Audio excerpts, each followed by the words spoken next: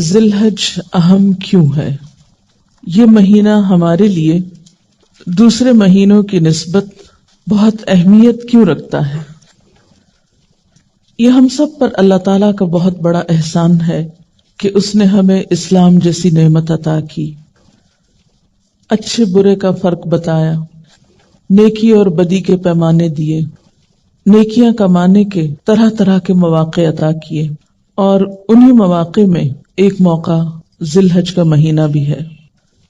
اس کے علاوہ آپ جانتے ہیں کہ رمضان المبارک کا مہینہ نیکیوں کا موسم بہار کہلاتا ہے، اور الحمدللہ ہم سب اس مہینے کو بہت اہمیت دیتے ہیں۔ اور یہ بھی آپ جانتے ہیں کہ اس مہینے کی اہمیت اس وجہ سے ہے کہ اس میں روزے جیسی عبادت پائی جاتی ہے، یعنی ہم ایک فرض عبادت کی ادائیگی کرتے ہیں۔ لیکن مشاہدے میں یہ بات آئی ہے کہ حج پہ جانے والوں کے علاوہ عام لوگ ذی الحج کے مہینے کی قدر و قیمت نہیں جانتے اور اس کا حق ادا نہیں کرتے۔ اور ظاہر بات ہے کہ اگر آپ کو کسی چیز کے بارے میں علم ہی نہیں، پتہ ہی نہیں کہ وہ کتنی خیر و برکت والی ہے، اس میں کیا کچھ بھلائیاں ہیں، تو آپ اس کا حق ادا ہی نہیں کر سکتے۔ اس لیے مناسب معلوم ہوتا ہے کہ اس مہینے کو پہچانا بھی جائے، اور اس مہینے میں کیا کچھ کرنا چاہیے، ان اعمال کا بھی تذکرہ کیا جائے، ان کی بھی یاد دہانی کی جائے، تاکہ ہم بہتر سے بہتر فائدہ اٹھا سکیں اس مہینے کی رحمتوں اور برکتوں سے۔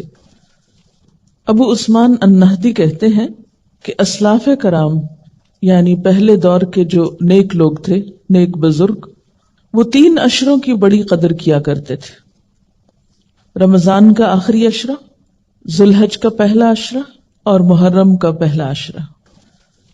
رمضان کے آخری عشرے میں طاق راتیں ہوتی ہیں، لیلۃ القدر ہوتی ہے۔ اسی طرح ذی الحج کے مہینے میں خصوصی طور پر پہلا عشرہ بہت اہم ہے کہ اس میں فریضہ حج کی ادائیگی ہوتی ہے، اور محرم کا پہلا عشرہ وہ اس اعتبار سے کہ اسلامی کیلنڈر کا پہلا مہینہ بھی ہے، اور رمضان کے روزے فرض ہونے سے پہلے مسلمان عاشورہ محرم کے روزے رکھا کرتے تھے۔ 10ویں محرم کے روزے کی بھی بہت فضیلت آتی ہے۔ آج ہم ماہ ذی الحج پہ بات کریں گے، اور ماہ ذی الحج میں بھی خاص طور پر پہلا عشرہ، پہلے 10 دن کی فضیلت کے بارے میں۔ ان 10 دنوں کی اہمیت کا اندازہ آپ اس بات سے بھی لگا سکتے ہیں کہ اللہ تعالیٰ نے قرآن پاک میں ان 10 دنوں کی قسم کھائی ہے، اور جس چیز کی قسم اللہ تعالیٰ کھاتے ہیں پھر اس سے اس چیز کی اہمیت کا اندازہ آپ کر سکتے ہیں۔ سورۃ الفجر میں اللہ تعالیٰ فرماتے ہیں والفجر ولیال عشر، قسم ہے فجر کی اور 10 راتوں کی۔ اور ان آیات کی تفسیر اکثر مفسرین کے نزدیک کیا ہے کہ ان 10 راتوں سے مراد، جسے ہم عام طور پر 10 دن بولتے ہیں نا، تو عربی میں رات پہلے آتی ہے تو 10 راتیں بولی جا رہی، مراد اس سے پہلے 10 دن ہی ہے۔ تو اکثر مفسرین نے ان 10 راتوں سے مراد ذی الحج کی ابتدائی 10 راتیں لی ہیں، یعنی پہلا عشرہ ذی الحج لیا ہے۔ اور اگر احادیث کا مطالعہ کیا جائے تو بھی ہم دیکھتے ہیں کہ ان 10 دنوں کی بہت فضیلت ہے۔ حضرت عبداللہ بن عباس رضی اللہ تعالی عنہ کہتے ہیں کہ رسول اللہ صلی اللہ علیہ وسلم نے فرمایا ما من ایام العمل الصالح فيها احب الى الله من هذه الايام يعني ایام العشر۔ قالوا یا رسول اللہ صلی اللہ علیہ وسلم ولا الجہاد فی سبیل اللہ؟ قال ولا الجہاد فی سبیل اللہ الا رجل خرج بنفسه وماله ثم لم يرجع من ذلك بشيء، رواہ البخاری۔ اس حدیث کا ترجمہ کچھ یوں ہے، کوئی دن ایسا نہیں جس میں کیا گیا نیک عمل اللہ تعالیٰ کو ان 10 دنوں کے عمل سے زیادہ پسند ہو۔ کوئی دن ایسا نہیں، یعنی سال میں جس میں کیا گیا کوئی نیک عمل ان 10 دنوں میں کیے گئے نیک عمل سے بڑھ کر اللہ تعالیٰ کو پسند ہو. گویا ان 10 دنوں میں جو بھی نیکی کا کام آپ کریں گے اس کی ویلیو، اس کی قدر و قیمت کسی بھی دوسرے دن میں کیے ہوئے نیک عمل سے کہیں زیادہ ہوگی. اس سے آپ اندازہ لگا سکتے ہیں کہ ان 10 دنوں کی اہمیت پھر کیا ہے اور ان میں نیک کام کرنے کی فضیلت کیا ہے. لیکن عموماً ہم جانتے ہی نہیں، اس لیے ہم عام طور پر ان 10 دنوں کو بہت نارمل لیتے ہیں اور ایسے ہی گزار دیتے ہیں جیسے سال کے کوئی اور دن ہوں. ان کی طرف توجہ بھی نہیں دیتے. اس پر صحابہ کرام نے پوچھا اور ظاہر ہے کہ انہیں حیرت ہوئی کہ یا رسول اللہ صلی اللہ علیہ وسلم، کیا اللہ کے راستے میں جہاد کرنا بھی اتنا پسندیدہ نہیں ان دنوں میں؟ یعنی اتنا پسندیدہ نہیں؟ تو آپ نے فرمایا ہاں، اللہ کے راستے میں جہاد کرنا بھی اتنا پسندیدہ نہیں، سوائے اس کے کہ انسان اپنی جان و مال کے ساتھ نکلا اور واپس نہ لوٹا، یعنی شہید ہو گیا. تو عام دنوں میں اگر کوئی شخص اپنی جان اور مال دونوں کو اللہ کے راہ میں دے دیتا ہے تو وہ عمل اس سے بڑھ کے ہو سکتا ہے. لیکن اس کے علاوہ ان دنوں میں جو بھی کام کیا جائے گا اجر و ثواب اور قدر و منزلت کے اعتبار سے اللہ کے ہاں بہت بڑا مقام پائے گا. ایک اور حدیث میں آتا ہے، ابن حبان کی روایت ہے، حضرت جابر رضی اللہ تعالی عنہ سے رسول اللہ صلی اللہ علیہ وسلم سے روایت کرتے ہیں کہ آپ نے فرمایا افضل ایام الدنیا ایام العشر یعنی عشر ذی الحجہ قال ولا مثلهن فی سبیل اللہ الا رجل عفر وجهه فی التراب.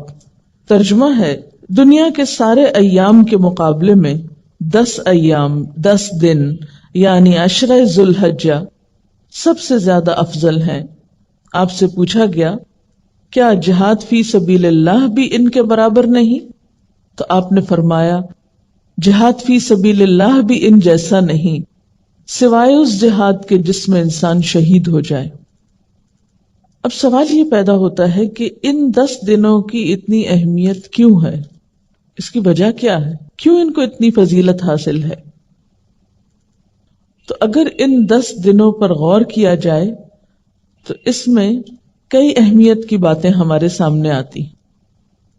پہلی بات کہ انہی 10 دنوں میں یوم عرفہ ہے، یعنی 9 ذی الحج، جو حج کا اصل دن ہے. حضرت عبداللہ بن عامر کہتے ہیں کہ میں نبی صلی اللہ علیہ وسلم کے پاس تھا کہ کچھ لوگ آئے اور حج کے بارے میں پوچھا تو آپ نے فرمایا الحج عرفہ، حج عرفات میں ٹھہرنے کا نام ہے. تو اس وجہ سے یوم عرفہ جو ہے وہ بہت ہی اہمیت کا حامل ہے. یوم عرفہ دراصل گناہوں کی مغفرت اور جہنم سے نجات حاصل کرنے کا دن ہے. سال میں ہم کئی دن مناتے ہیں نا، کئی طرح کے، تو یہ دن خاص طور پر گناہوں سے نجات، گناہوں سے مغفرت اور جہنم سے بچنے کا دن ہے. حضرت عائشہ رضی اللہ تعالی عنہا کہتی ہیں کہ رسول اللہ صلی اللہ علیہ وسلم نے فرمایا ما من یوم اکثر من ان یعتق اللہ فیہ عبدا من النار من یوم عرفہ وانہ لیدنو ثم یباہی بہم الملائکۃ فیقول ما اراد ہؤلاء. عرفہ کے علاوہ کوئی دن ایسا نہیں جس میں اللہ تعالیٰ کثرت سے بندوں کو آگ سے آزاد کرے. یعنی سال بھر میں سب سے زیادہ جس دن بندوں کی معافی ہوتی ہے وہ دن عرفہ کا ہے. اس روز اللہ تعالیٰ اپنے بندوں کے بہت قریب ہوتا ہے. وَإِنَّهُ لَيَدْنُو، وہ قریب آ جاتا ہے اور فرشتوں کے سامنے ان کی وجہ سے فخر کرتا ہے اور فرشتوں سے پوچھتا ہے ذرا بتاؤ تو یہ لوگ مجھ سے کیا چاہتے ہیں. خاص طور پر عرفات کے میدان میں جو لوگ جمع ہوتے ہیں اپنے گھر بار، بیوی بچے، بعض اوقات اور کاروبار، تجارت، دنیا کی ہر چیز چھوڑ کر، مال خرچ کر کے، جسمانی مشقت اٹھا کر اس میدان میں جب جمع ہوتے ہیں تو اللہ تعالیٰ ان کے قریب آتے ہیں، فخر کرتے ہیں، دیکھو یہ میرے بندے یہاں جمع ہیں، بتاؤ بھلا کیوں جمع ہے، کس لیے آئے؟ ذرا وہ تو ایک چٹیل میدان ہے، ایک خالی جگہ ہے، وہاں کوئی دنیا کا کام کاروبار نہیں، کچھ بھی نہیں، صرف بخشش چاہنے آئے ہیں، اللہ تعالیٰ کے بلانے پہ آئے ہیں، لبیک اللہم لبیک، اللہ تو نے بلایا ہم حاضر ہو گئے۔ کس لیے آئے ہیں؟ کہ تو ہمیں معاف کر دے۔ تو عشرہ ذوالحج کا یہ دن بہت ہی اہمیت کا حامل ہے اس اعتبار سے کہ اس دن گناہوں کی بخشش ہوتی ہے، اور اس کثرت سے ہوتی ہے کہ رسول اللہ صلی اللہ علیہ وسلم نے فرمایا عرفہ کے دن اللہ تعالیٰ فرشتوں کے سامنے فخر کرتا ہے کہ میرے بندوں کو دیکھو، پراگندہ سر، غبار آلود، دور دراز سے میرے پاس آئے ہیں، اور میں تم کو گواہ بناتا ہوں کہ ان سب کو میں نے بخش دیا۔ فرشتے کہتے ہیں کہ ان میں فلاں شخص گناہگار ہے، اللہ تعالیٰ فرماتا ہے میں نے ان سب کو معاف کر دیا۔ آپ صلی اللہ علیہ وسلم نے فرمایا عرفہ کے دن اللہ تعالیٰ بہت سے لوگوں کو دوزخ سے آزاد کر دیتا ہے، یعنی ایسے لوگوں کی بخشش ہوتی ہے جن پہ جہنم واجب ہو چکی تھی، ان کو تو لازماً سزا ملنی چاہیے، لیکن جب لوگ خالصتاً اللہ کی رضا کی خاطر اور اپنے گناہ بخشوانے کے لیے، کسی شہرت کے لیے نہیں، کسی غرض کے لیے نہیں، کسی دکھاوے کے لیے نہیں، صرف معافی چاہنے کے لیے اس کے بلانے پر اس میدان میں حاضر ہوتے ہیں، اس مخصوص دن اور مخصوص وقت، اور پھر رو دھو کر اللہ تعالیٰ سے معافی چاہتے ہیں، تو اللہ تعالیٰ ان کو معاف کر دیتے ہیں اور ان کی گردنیں جہنم سے آزاد کر دیتے ہیں۔ ایک اور حدیث میں آتا ہے آپ صلی اللہ علیہ وسلم نے فرمایا لوگوں، ان 10 دنوں میں اللہ تعالیٰ تمہاری حاضری کی وجہ سے، یعنی تمہارے وہاں آنے کی وجہ سے، تم پر فرشتوں کی جماعت میں فخر کرتا ہے اور فرماتا ہے کہ تمہارے گناہوں کو میں معاف کرتا ہوں، مگر حق العباد، نیک لوگوں کی خطاؤں کو معاف کرتا ہوں اور نیکوں کے سوال کو پورا کرتا ہوں، یعنی جو دعائیں مجھ سے مانگتے ہیں، یعنی گناہوں کی معافی کے علاوہ جو اور ان کی حاجتیں ہیں، دعائیں ہیں، ان کو بھی پورا کرتا ہوں۔ اور مزدلفہ میں بھی اللہ تعالیٰ نیکوں کی مغفرت فرماتا ہے اور ان کی سفارش منظور فرماتا ہے۔ اس حدیث سے یہ پتہ چلتا ہے کہ حقوق العباد بہت اہم ہے۔ وہ گناہ جو ہم اللہ تعالیٰ کے حق میں قصور کر جاتے ہیں یا صغیرہ گناہ جن کو کہتے ہیں، وہ تو معاف ہو جاتے ہیں، لیکن حق العباد یا حقوق العباد کے بارے میں پھر بھی جب تک بندے معاف نہ کریں اس وقت تک معافی نہیں ہوتی، الا یہ کہ اللہ تعالیٰ ان بندوں کو کسی اور چیز سے راضی کر دے اور ان بندوں کی بخشش کر دے۔ یہ پھر ڈیپینڈ کرتا ہے کہ معافی مانگنے والا اپنے گناہوں پہ نادم کتنا ہے، شرمسار کتنا ہے، اور آئندہ کے لیے ان گناہوں سے بچنے کے لیے کیا سوچتا ہے۔ آپ صلی اللہ علیہ وسلم نے فرمایا اللہ کے نزدیک عرفہ کے دن کی بڑی فضیلت ہے۔ اللہ تعالیٰ نے آسمان والوں سے فخر کر کے فرمایا ہے کہ میرے بندوں کو دیکھو، دور دراز سے، پراگندہ سر، یعنی الجھے ہوئے بالوں والے، کیونکہ وہ حج کا موقع ایسا ہوتا ہے نا کہ انسان کو اپنی پرواہ نہیں ہوتی یا موقع ہی نہیں ہوتا، گرد آلود سر، گرد آلود یعنی کپڑوں پہ بھی گرد ہے۔ آج کے زمانے تو پھر گاڑیاں موٹریں ہیں، عام طور پر جو لوگ پیدل چل کے آتے ہیں تو ان کے احرام جو ہے واقعی مٹی سے آلود ہو چکے ہوتے ہیں۔ فرمایا کہ دیکھو دور دراز سے پراگندہ سر، گرد آلود یہاں آئے ہیں، میری رحمت کی امید کرتے ہیں اور میرے عذاب کو دیکھا نہیں اور اس کے باوجود بھی ڈرتے ہیں۔ مراد یہ ہے اس نویں تاریخ کو اللہ تعالیٰ بہت سے لوگوں کو دوزخ سے آزاد کر دیتا ہے۔ پھر آپ دیکھتے ہیں کہ اسی عشرہ ذوالحج میں یوم النحر بھی ہے، قربانی کا دن، اور یہ بھی سال کے دنوں میں بہت اہم دن ہے، کیونکہ رسول اللہ صلی اللہ علیہ وسلم نے فرمایا اعظم الایام عند اللہ یوم النحر و یوم القر، اللہ کے نزدیک سب سے زیادہ باوقار اور عظمت والا دن یوم النحر ہے، یعنی ہر دن کی اپنی فضیلت ہے۔ یوم عرفہ بخشش کا دن ہے اور یوم النحر یا قربانی کا دن بڑا عظمت والا دن ہے، اللہ کے ہاں اس کی بڑی قدر و منزلت ہے۔ اور پھر اس کے بعد منا میں ٹھہرنے کا دن یعنی اگلا دن۔ اب آپ دیکھیے کہ جو عشرہ اتنا اہم ہے اور اس کی اللہ تعالیٰ کے ہاں بہت قدر و منزلت ہے، اور پھر ان دو باتوں کے بارے میں پڑھ کر کہ لوگ وہاں پر جا کر حج کرتے ہیں، قربانی کرتے ہیں، منا میں ٹھہرتے ہیں. اگر ہم لوگوں کو یہ موقع نہیں ملتا تو پھر کیا کریں؟ یعنی اگر ہم حج پہ نہیں جا سکتے تو یہاں رہ کر ان دنوں سے کیسے فائدہ اٹھا سکتے ہیں؟ ہمیں کیا کچھ کرنا چاہیے؟ تو آئیے چند باتیں اس کے بارے میں کرتے ہیں. سب سے پہلا کام، ذوالحج کا چاند دیکھ کر دعا مانگنی چاہیے.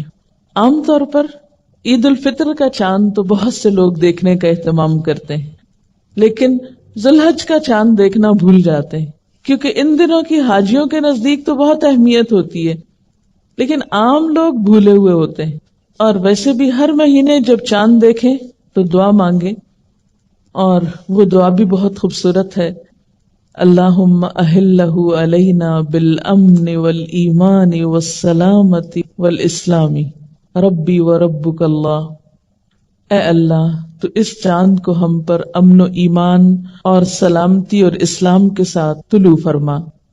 اے چاند میرا اور تمہارا رب اللہ ہی ہے. اب دیکھیں کہ عموماً جب کوئی نیا سال آتا ہے، نیا مہینہ آتا ہے، نیا دن آتا ہے، تو جہاں خوشی ہوتی ہے وہاں ایک فکر کی لہر بھی دوڑ جاتی ہے کہ پتہ نہیں کیا ہوگا، اس سال کیا ہوگا، اس مہینے کیا ہوگا، معلوم نہیں اس دفعہ کے حج پہ کیا ہوگا. جو لوگ جاتے ہیں وہاں وہ بھی فکر کرتے ہیں، جو پیچھے کے لوگ ہوتے ہیں ان کو بھی فکر ہوتی ہے. تو ایسے موقعوں پر اتنی خوبصورت دعا سکھائی گئی کہ امن، ایمان اور سلامتی کی دعائیں مانگو، اور اس وقت ہم سب کو کتنی ضرورت ہے. اسی طرح ایک اور دعا بھی حضور صلی اللہ علیہ وسلم سے مروی ہے. حضرت قتادہ سے روایت ہے کہ رسول اللہ صلی اللہ علیہ وسلم جب نیا چاند دیکھتے تو یہ دعا پڑھا کرتے تھے: ہلال خیر و رشد، ہلال خیر و رشد، آمنت بالذی خلقک. چاند ہدایت اور بھلائی کا ہو، چاند خیر و بھلائی کا ہو. یعنی 2 دفعہ آپ نے یہ دعا مانگی کہ یا اللہ یہ مہینہ خیر و بھلائی کا ہو، ہدایت کا ہو.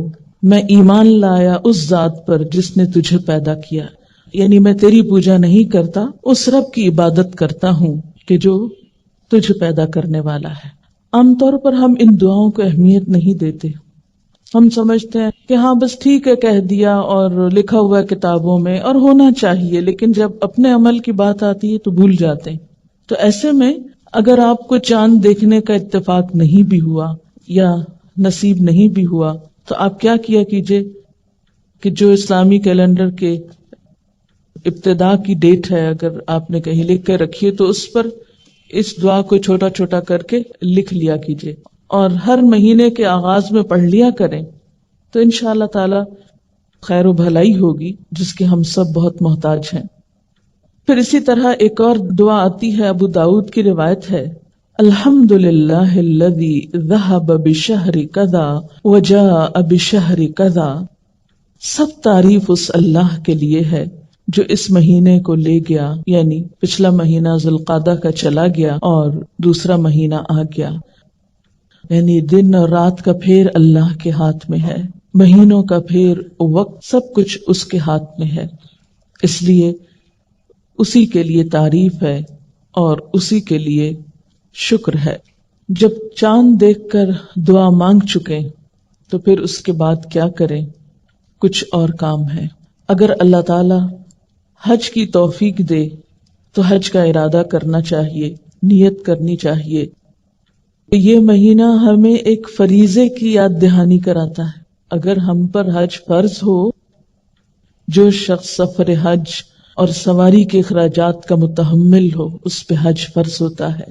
یعنی سفر کا خرچہ ہو اور وہاں رہنے کا خرچہ جس کے پاس موجود ہو. قرآن پاک میں اللہ تعالیٰ فرماتے ہیں: وَلِلَّهِ عَلَى النَّاسِ حِجُّ الْبَيْتِ مَنِ اسْتَطَاعَ إِلَيْهِ سَبِيلًا وَمَنْ كَفَرَ فَإِنَّ اللَّهَ غَنِيٌّ عَنِ الْعَالَمِينَ.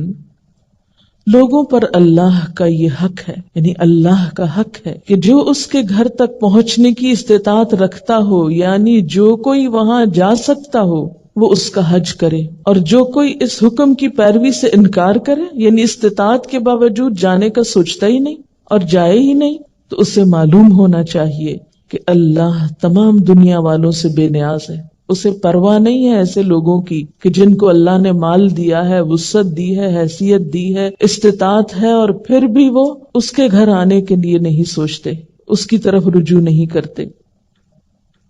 اسی لیے آپ صلی اللہ علیہ وسلم نے فرمایا اگر کسی شخص کو واقعی محتاجی نہیں ہے اور کسی ظالم اقتدار کی طرف سے رکاوٹ بھی نہیں ہے، پھر بھی اس نے حج نہیں کیا، تو چاہے وہ یہودی ہو کر مرے یا نصرانی ہو کر. حضرت عبداللہ بن عباس کہتے ہیں کہ رسول اللہ صلی اللہ علیہ وسلم نے فرمایا اے لوگو، تم پہ حج فرض ہو چکا ہے، اس کی ادائیگی میں جلدی کرو. یعنی جن لوگوں پہ حج فرض ہو چکا ہے ان کو فرمایا، اس لیے کہ تم میں سے کوئی نہیں جانتا کہ کب کیا رکاوٹ پیش آ جائے. کیونکہ بعض اوقات ہمارا ارادہ ہوتا ہے، نیت ہوتی ہے، تیاری ہوتی ہے، کچھ پتہ نہیں کہ آئندہ سال حالات کیا ہوں، صحت کیسی ہو، دنیا کے حالات کیا ہوں.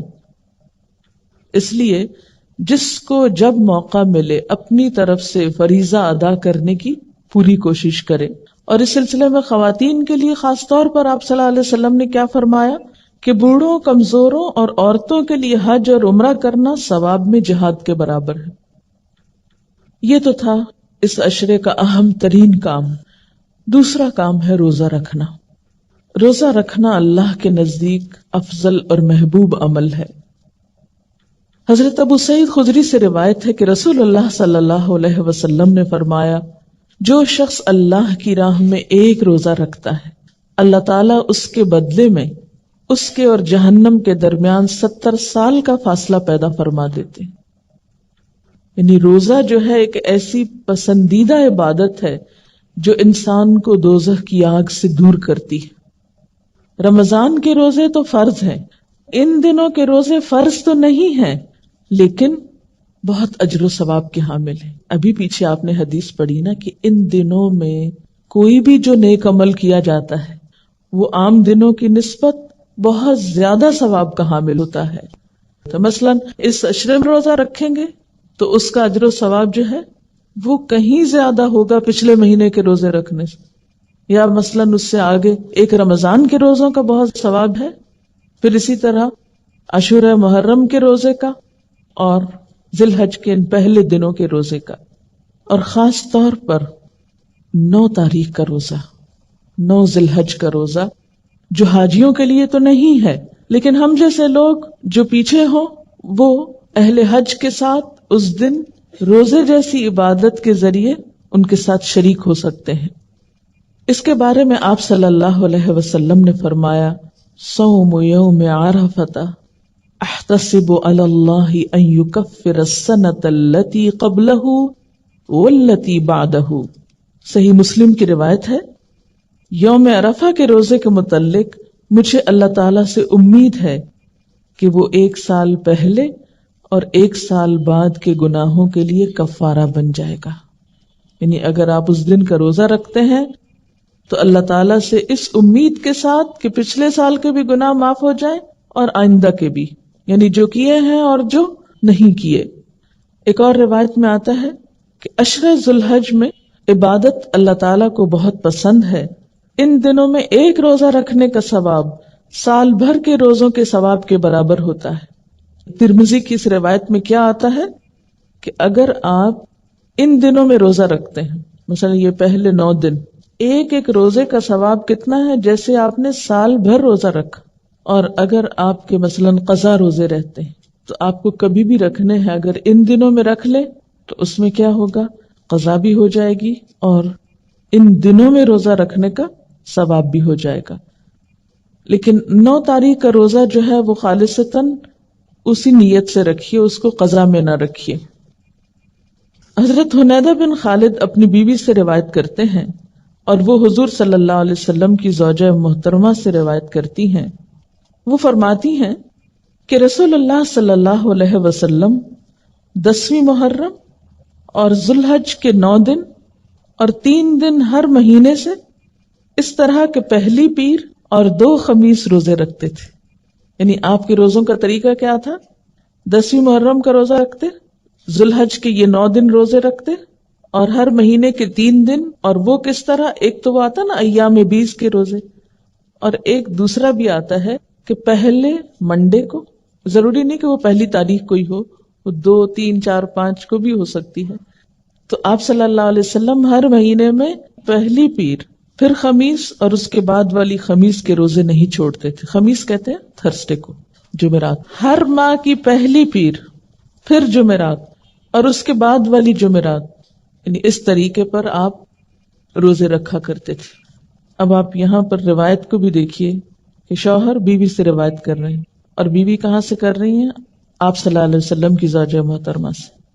اس سے کیا پتہ چلتا ہے کہ اسلام میں علم مرد اور عورت دونوں کے لیے، اور علم کی خدمت دونوں نے کی ہے. حضرت عائشہ رضی اللہ تعالی عنہا سے روایت ہے جس میں ان سے ان روزوں کے متعلق سوال ہوا کہ کیا آپ یہ روزے رکھتے تھے؟ تو انہوں نے جواب دیا ہاں. حضرت عبداللہ بن عمر بھی، جن سے بہت سی احادیث مروی ہیں، ان کا عمل بھی ثابت ہے کہ وہ اس عشرے کے روزے رکھا کرتے تھے. یہ لفظ عشرہ سہولت کے لیے بولا جا رہا ہے، ورنہ جملہ بہت لمبا ہو جاتا ہے. عشرہ سے اگرچہ مراد 10 دن ہوتے ہیں، لیکن عید کے دن کا روزہ نہیں ہوتا. تو اس وقت جب بھی میں عشرہ بول رہی ہوں ذوالحج کا، تو اس سے مراد کیا ہے؟ پہلے 9 دن. اب آپ دیکھیے کہ اس سے بھی ذوالحج کے پہلے عشرے کی اہمیت اور فضیلت پتہ چلتی ہے کہ کیوں اتنا اہم ہے یہ عشرہ. اسی میں حج ہے، اسی میں روزے کا اتنا ثواب بتایا گیا، اور کچھ اور اعمال بھی. اب رمضان میں صرف روزہ ہوتا ہے نا، یا آپ عمرہ کر سکتے ہیں، حج تو نہیں ہوتا رمضان میں. لیکن ان دنوں میں آپ حج بھی کر سکتے ہیں، اور اگر حج کا موقع نہیں تو پھر روزہ رکھ سکتے ہیں، اور پھر ساتھ قربانی بھی آگے جا کے ہو سکتی ہے. تو گویا اس عشرے کی فضیلت اس لیے بھی ہے کہ اس میں ایک سے زائد عبادات کا موقع مل جاتا ہے. تو ہمیں کیا کرنا ہے، کیسے سیلیبریٹ کرنے ہیں یہ دن؟ نمبر 1 آغاز میں دعا، نمبر 2 روزہ، نمبر 3 نوافل کا اہتمام، کیونکہ ان دنوں کے نفل عام دنوں کے نفل کے مقابلے میں زیادہ اجر و ثواب کا سبب ہوں گے. اگر آپ کو اللہ تعالیٰ توفیق دے روزے رکھنے کی، تو سحری کو تو اٹھنا ہی ہوگا. جب سحری کو اٹھیں گے تو تہجد بھی پڑھ لیں ساتھ. اور ویسے بھی آپ جانتے ہیں قیامت کے دن نماز کے بارے میں پہلا سوال ہوگا، پہلا حساب ہوگا نماز. دوزخ میں جانے والوں سے جب پوچھا جائے گا کہ ما سلککم فی سقر، کیا چیز تمہیں دوزخ میں لے گئی؟ قالوا لم نک من المصلین، وہ کہیں گے کہ ہم نماز پڑھنے والوں میں سے نہ تھے، ہم نماز نہیں پڑھتے تھے. ولم نک نطعم المسکین، اور ہم مسکین کو کھانا نہیں کھلاتے تھے. اور ایک اور حدیث سے آپ کو معلوم ہے کہ آپ صلی اللہ علیہ وسلم نے فرمایا آدمی اور شرک یا کفر کے درمیان حد فاصل نماز ہے. یعنی نماز کا پڑھنا یا نہ پڑھنا ہے. اگر اس حد کو گرا دیا جائے تو کفر اور اسلام پھر ایک ہی چیز نظر آتی. گویا ایک مسلمان کی پہچان ہے نماز. اگر یہ پہچان ختم ہو گئی تو اس کا دین خطرے میں پڑ گیا. فرض نماز تو فرض نماز ہے، لیکن نوافل تہجد کے علاوہ آپ اشراق چاشت وغیرہ کے بھی پڑھ سکتے ہیں، نمازوں کے بعد بھی پڑھ سکتے ہیں، جب جب موقع ملے. نفل تو ایک مرضی کی اور پسند کی عبادت ہے نا، آپ کی اپنی خوشی کی عبادت ہے. لیکن یہاں چلتے چلتے نوافل کا اجر و ثواب بتاتی چلوں. اللہ نے فرمایا میرا بندہ لگاتار نوافل کے ذریعے میرے قریب آتا ہے، یہاں تک کہ میں اسے پسند کرتا ہوں. یعنی میں اسے پسند کرنے لگتا ہوں، اور جب میں اسے پسند کر لیتا ہوں تو اس کا کان بن جاتا ہوں جس سے وہ سنتا ہے، اس کی آنکھ بن جاتا ہوں جس سے وہ دیکھتا ہے، اس کا ہاتھ بن جاتا ہوں جس سے وہ پکڑتا ہے، اس کا پاؤں بن جاتا ہوں جس سے وہ چلتا ہے. اگر وہ مجھ سے مانگے تو میں لازماً اسے دیتا ہوں، اگر مجھ سے پناہ طلب کرے تو میں یقیناً اسے پناہ دیتا ہوں. اللہ کا محبوب بندہ بن جاتا ہے جو صرف فرائض کی حد تک عبادات نہیں کرتا، جو صرف فرض ہی ادا کرنے میں دلچسپی نہیں رکھتا، بلکہ اس سے آگے بڑھ کر نوافل کا شوق بھی رکھتا ہے. عام طور پر ہم اس معاملے میں بہت کوتاہی کر جاتے ہیں. ہم سوچتے ہیں نفل ہی تو ہے، کیا ہوا؟ تو اس میں یہ ہے کہ ٹھیک ہے بہت مصروفیت کے وقت آپ کے ٹیسٹ ہو رہے ہیں، بہت پڑھائی ہو رہی ہے، علم حاصل کرنا بھی فرض ہے، تو اس میں رخصت گنجائش ہو سکتی ہے، لیکن بعض اوقات ہمیں موقع بھی ہوتا ہے تو ہم محض سستی کے مارے اس کی طرف توجہ نہیں کرتے، یعنی کوئی کام نہیں ہوتا، صرف ایک باتوں کا شوق ہے مثلاً یا کچھ اور کام کرنے کا، تو دنیا کی محبت ہمیں فوراً نمازوں سے دل اچاٹ کرا دیتی۔ بہرحال اگر نوافل نہ بھی پڑھ سکیں تو کم از کم فرائض کی طرف تو متوجہ رہیں۔ اور جیسے کہ پہلے میں نے کہا کہ قیامت کے دن پہلی چیز جس کا حساب ہوگا وہ نماز ہے، اگر وہ درست ہوئی تو انسان کامیاب ہو گیا، اگر وہ خراب نکلی تو ناکام ہوا، اور اگر اس کے فرائض میں کچھ کمی رہ گئی تو اللہ تعالیٰ فرمائیں گے کہ دیکھو میرے بندے کی کوئی نفلی عبادت ہے تو اس نفلی عبادت کے ذریعے اس نقص کی تکمیل کر دی جائے گی جو فرائض میں باقی رہ گیا ہو۔ پھر اس کے تمام اعمال کا حساب اسی طرح ہوگا، یعنی جیسے زکوٰۃ ہے، کمی بیشی پھر نفل صدقات سے پوری ہوگی۔ اسی طرح روزے ہیں، اگر روزہ ہم نے اپنی طرف سے رکھا لیکن کوئی چیز ایسی ہو گئی انجانے میں کہ جس سے خلل ہو گیا اس عبادت میں، تو خلل تو ہو گیا، تو وہ نوافل سے پورے کر دیے جائیں گے۔ ساری عبادتوں کے حساب جو ہیں پھر اسی طرح ہوں گے۔ ان دنوں میں یا اس عشرے میں روزے کے اہتمام کے ساتھ ساتھ پھر ذکر کی طرف بھی توجہ کرنی ہے۔ آپ جانتے ہیں اللہ تعالیٰ فرماتے ہیں فَاذْكُرُونِي أَذْكُرْكُمْ، تم مجھے یاد رکھو میں تمہیں یاد کروں گا، وَاشْكُرُوا لِي وَلَا تَكْفُرُونِي، میرا شکر ادا کرو، کفران نعمت نہ کرو۔ اور ذکر کرنے کا فائدہ خود ہم ہی کو ہوتا ہے۔ الا بذکر اللہ تطمئن القلوب، سنو اللہ کے ذکر سے دلوں کو اطمینان نصیب ہوتا ہے۔ اور اللہ تعالیٰ قرآن پاک میں تاکید بھی کرتے ہیں، یا ایھا الذین آمنوا اذکروا اللہ ذکرا کثیرا وسبحوہ بکرۃ واصیلا، اے ایمان والو اللہ کا بہت زیادہ ذکر کرتے رہو اور صبح و شام اس کی پاکیزگی بیان کرو، یعنی بہت زیادہ اللہ کو یاد کرو، اور خصوصاً صبح و شام۔ تو عام دنوں میں بھی یہ کرنا ہے، لیکن ان دنوں میں ذکر کرنے کا ثواب بھی کئی گنا زیادہ ہو جائے گا۔ یاد رکھیے جتنی بھی چیزوں کی آپ کو یاد دہانی کرائی جا رہی ہے یہ کس لیے ہے کہ ان عبادتوں کا اہتمام ہم میں سے کچھ لوگ پہلے سے کرتے ہیں، لیکن ہوتا کیا ہے جیسے رمضان آیا ہم نے بہت سی عادتیں ڈالی، پھر آہستہ آہستہ آہستہ اپنی اصل روٹین پہ آ جاتے ہیں، پھر کوتاہی ہوتے ہوتے پھر وہیں جا کھڑے ہوتے ہیں گویا ہم نے کچھ نہ سیکھا تھا رمضان میں۔ لیکن جب ہم اللہ کی رحمت سے اس مہینے کو پہنچتے ہیں تو پھر نیکی کے ان کاموں کی یاد دہانی دوبارہ کرا دی جاتی ہے، اور پھر ہم اللہ تعالیٰ کے قریب ہونے لگتے ہیں۔ اور ذکر کے بارے میں تو آپ کو معلوم ہے کہ نبی صلی اللہ علیہ وسلم نے کیا فرمایا تھا کہ اللہ کا ذکر اتنا کرو کہ لوگ مجنون کہنے لگے، یعنی اگر کوئی کہے نا کہ یہ تو پاگل ہی ہو گیا، ہر وقت اللہ کی باتیں کرتے، تو سمجھو کہ اچھا سرٹیفکیٹ مل گیا ہے جس کو قیامت کے دن پیش کر سکیں گے کہ اللہ تیرا نام لینے کی وجہ سے، تیری یاد کی وجہ سے لوگوں نے مجھے یہ ٹائٹل دیا۔ عموماً ہم اس ٹائٹل سے بھاگتے ہیں کہ لوگ ہمیں معلوم نہیں کیا کہیں گے، کیونکہ ذکر سے مراد صرف مخصوص تسبیحات ہی نہیں ہے بلکہ اللہ تعالیٰ کا نام لینا کسی بھی طریقے سے۔ آپ کو پتا ہے کہ اگر ذکر سے غفلت برتی جائے تو انسان پہ شیطان مسلط ہو جاتا ہے۔ اللہ تعالیٰ فرماتے ہیں وَمَن يَعْشُ عَن ذِكْرِ الرَّحْمَنِ نُقَيِّضْ لَهُ شَيْطَانًا فَهُوَ لَهُ قَرِينٌ، جو شخص رحمان کے ذکر سے غفلت برتے گا ہم اس پر ایک شیطان مقرر کر دیں گے، وہی اس کا ساتھی بن جائے گا۔ یہ جو بہت شیطانی وسوسے اور شیطان کی ڈالی ہوئی پریشانیاں اور گندگیاں، رجس الشیطان، یہ دراصل اس لیے ہوتا ہے کہ انسان اللہ کو بھول جاتا، وہ عادت ڈالی پھر چھوٹ گئی، پھر دوبارہ ڈالنے میں سستی ہو گئی۔ تو جو کچھ آپ کرتے ہیں ان کو لکھ لیا کیجئے، یعنی جو آپ اپنے اندر اللہ کے فضل سے اچھی عادات ڈال رہے ہیں قرآن کے پڑھنے کے ساتھ ساتھ، ان کو اپنے پاس نوٹ کر لیں۔ اگر سفر کی وجہ سے یا بیماری کی وجہ سے یا مخصوص ایام کی وجہ سے ان میں سے کوئی چیز چھٹ گئی یا رہ گئی یا بھول گئی تو وہ ساری زندگی نہ بھولی رہے، بلکہ اصل حالت پر لوٹنے کے بعد پھر وہ یاد آ جائے۔ آپ صلی اللہ علیہ وسلم نے فرمایا جو شخص اپنے رب کو یاد کرتا ہے اس کی مثال زندہ کی سی ہے، اور جو اپنے رب کو یاد نہیں کرتا وہ مردے کی طرح ہے، کیونکہ مردے یاد نہیں کر سکیں گے نا. میں کبھی کبھی سوچتی ہوں یا اللہ قبر میں تو اتنا ٹائم ہوگا، اتنا ہوگا، پتہ نہیں کتنے سو سال وہاں رہنا ہے، تو کوئی طریقہ نہیں ہو سکتا کہ آپ ہمیں وہاں بھی ذکر کی اجازت دے دیں یا کوئی موقع دے دیں کہ تجھے یاد کرتے رہیں. کیونکہ اب تو دنیا میں اتنے کام ہوتے ہیں کہ لوگوں سے ہی فرصت نہیں ہوتی، تو وہ ذکر جتنا چاہتے ہیں کہ کریں اتنا کر نہیں پاتے. تو پھر انسان سوچتا ہے اچھا مرنے کے بعد فراغ ہوتی، لیکن مرنے کے بعد تو ذکر بھی بند ہو جائے گا. جو کرنا ہے ابھی کرنا ہے نا، اور پتہ نہیں کتنے دن ہیں ہمارے پاس.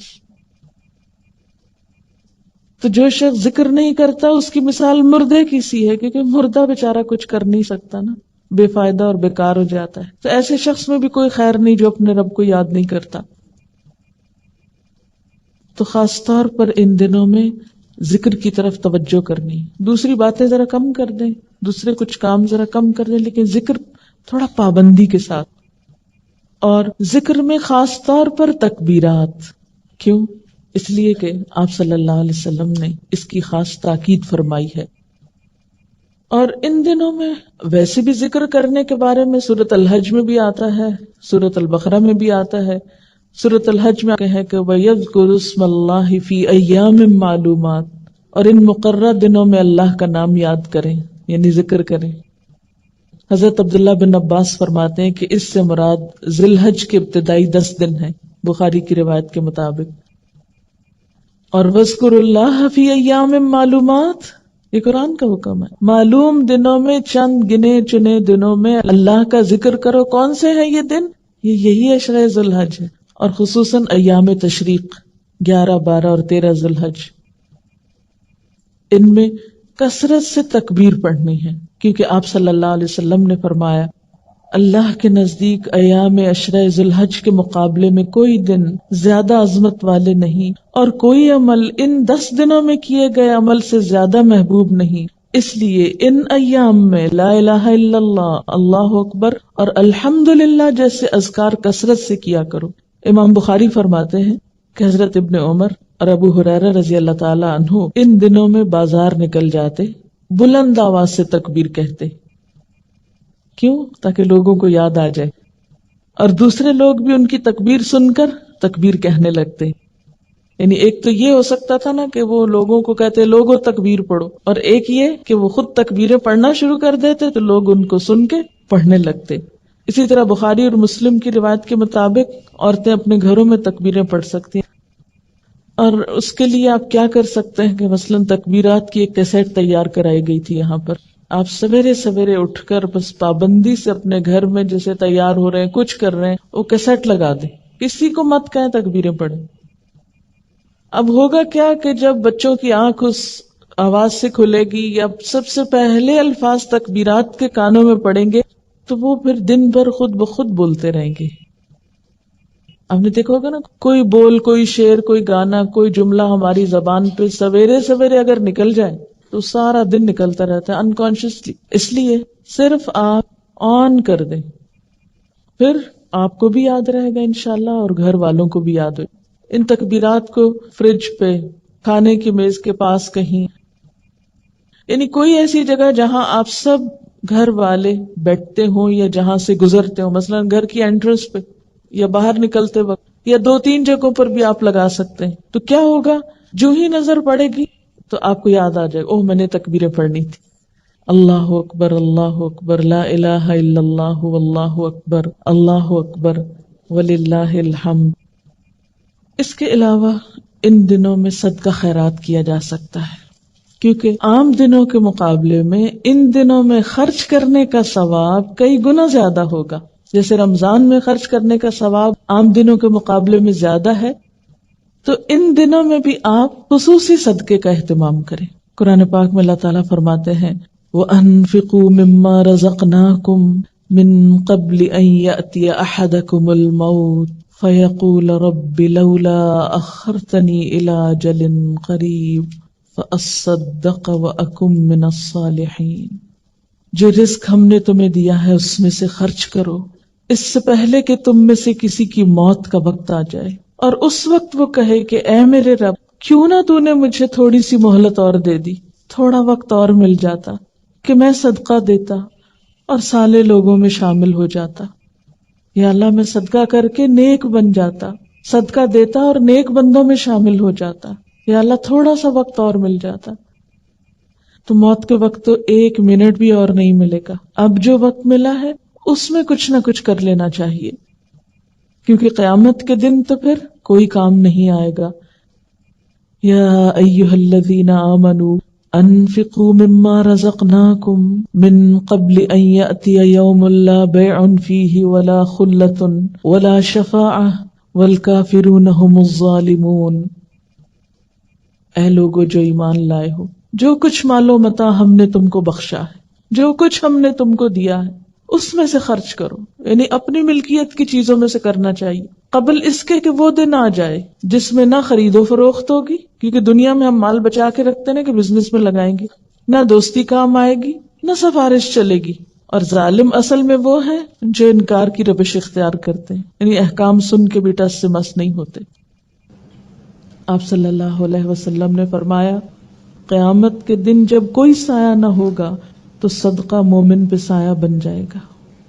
ان ظل المؤمن یوم القیامت صدقتہ، مومن کا سایہ قیامت کے دن اس کا صدقہ ہوگا. صدقہ اللہ تعالیٰ کے غضب کو ٹھنڈا کرتا ہے، بری موت سے بچاتا ہے. آپ نے فرمایا صدقہ کرنے میں جلدی کرو، کیونکہ بلائیں صدقے سے آگے نہیں بڑھ سکتی، صدقے سے رک جاتی. یعنی کوئی مصیبت آ رہی ہوتی ہے اور صدقہ کرنے سے پیچھے چلی جاتی. صدقہ مصیبت میں رکاوٹ ڈال دیتا ہے. اللہ تعالیٰ فرماتے ہیں یا ابن آدم انفق علیک، اے انسان تو میری راہ میں خرچ کر، میں تیرے اوپر خرچ کروں گا، تو دے میں تجھے اور دوں گا. آپ صلی اللہ علیہ وسلم نے فرمایا صدقہ مال کو کم نہیں کرتا. یعنی ہم سمجھتے نہیں شاید دینے سے ہمارا تھوڑا ہو جائے گا، نہیں ہوتا، فکر نہیں کرو اور آ جائے گا. اور پھر آدمی کا اپنی زندگی میں 1 درہم خرچ کرنا موت کے وقت 100 درہم خرچ کرنے سے زیادہ بہتر ہے. یعنی جب انسان ایسی بیماری میں مبتلا ہو جائے کہ اس کو پتا چلے کہ اب تو میں بچ ہی نہیں سکتا، اب تو موت آئی کہ آئی، اب جو کچھ وہ خرچ کرے گا، وہ اگر 100 بھی خرچ کر رہا ہے تو صحت میں اچھی حالت میں اگر اس کے مقابلے میں 1 بھی خرچ کیا تھا تو اس کا اجر و ثواب زیادہ ہے. لیکن عام طور پر ہم صحت کے وقت، خوشحالی کے وقت، اچھے دنوں میں کب یاد کرتے ہیں اللہ؟ اور صدقہ نہ کرنا، بخل کرنا اپنے آپ کو ہی نقصان دیتا ہے. وَمَن يَبْخَلْ فَإِنَّمَا يَبْخُلُ عَن نَفْسِهِ، جو بخل کرے گا وہ دراصل اپنے آپ سے ہی کرے گا.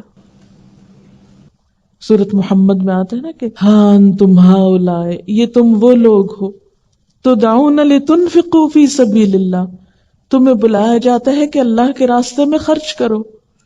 فمنکم من یبخل، تو تم میں سے بعض لوگ بخل کرتے ہیں، کچھ نہیں دیتے.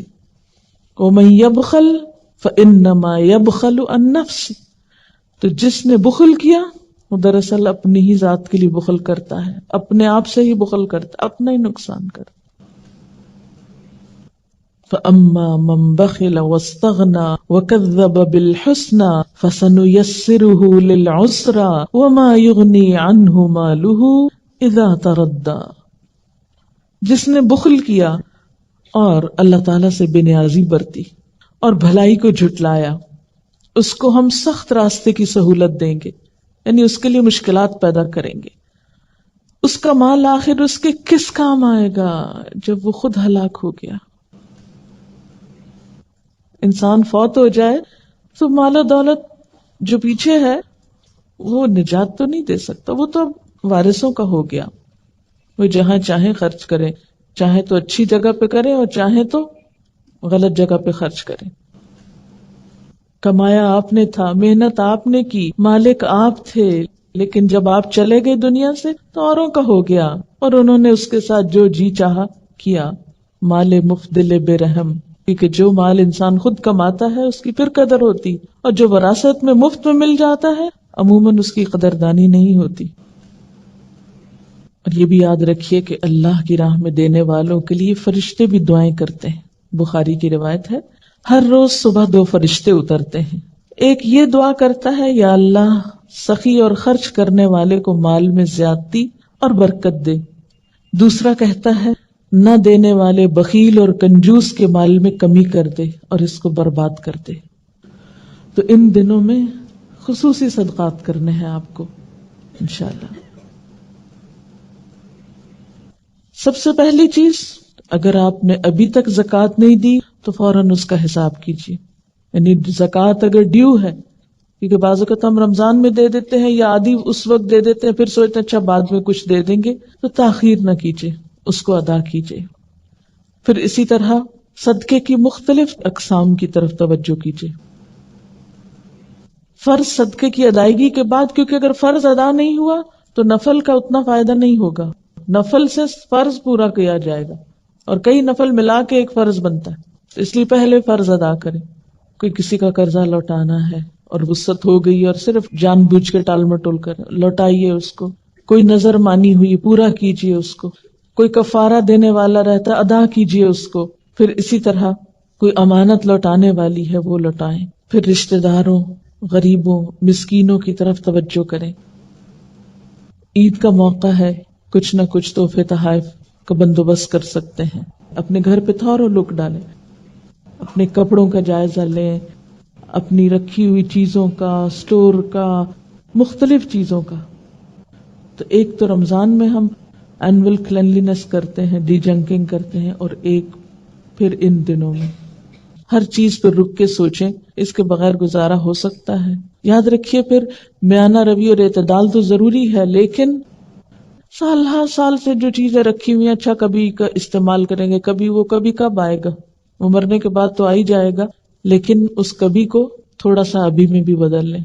کچھ چیزیں ضرور نکالیں، یعنی جن کو ہم خود نہ استعمال کرتے ہوں اور بس ایسے ہی دل کی ٹیک کے لیے رکھی ہوئی ہوں. پھر اسی طرح ان دنوں میں صدقہ جاریہ کے کاموں میں بھی آپ خرچ کریں. صدقہ جاریہ کے کاموں میں ایک تو یہ ہے کہ آپ مثلاً تکبیر کی کیسٹ کسی کو لے کر دے سکتے ہیں. جتنے لوگ اس کو سن کے تکبیریں پڑھیں گے آپ کو بھی ثواب ہوگا. وہ جو تکبیروں کا کاغذ چھاپیں گے مختلف لوگوں کو آپ دیں اور کہیں کہ یہ اپنے گھروں میں لگائیں، اور چاہے 1 روپے 2 روپے کا کاغذ ہوگا، آپ دیکھیں گے کہ 1 روپیہ مثلاً ہم میں سے ہر ایک کے پاس وسعت نہیں کہ سینکڑوں ہزاروں خرچ کرے، لیکن میرے خیال ہے ہم میں سے کوئی بھی ایسا نہیں جو 1 روپیہ 2 روپیہ نہ خرچ کر سکے.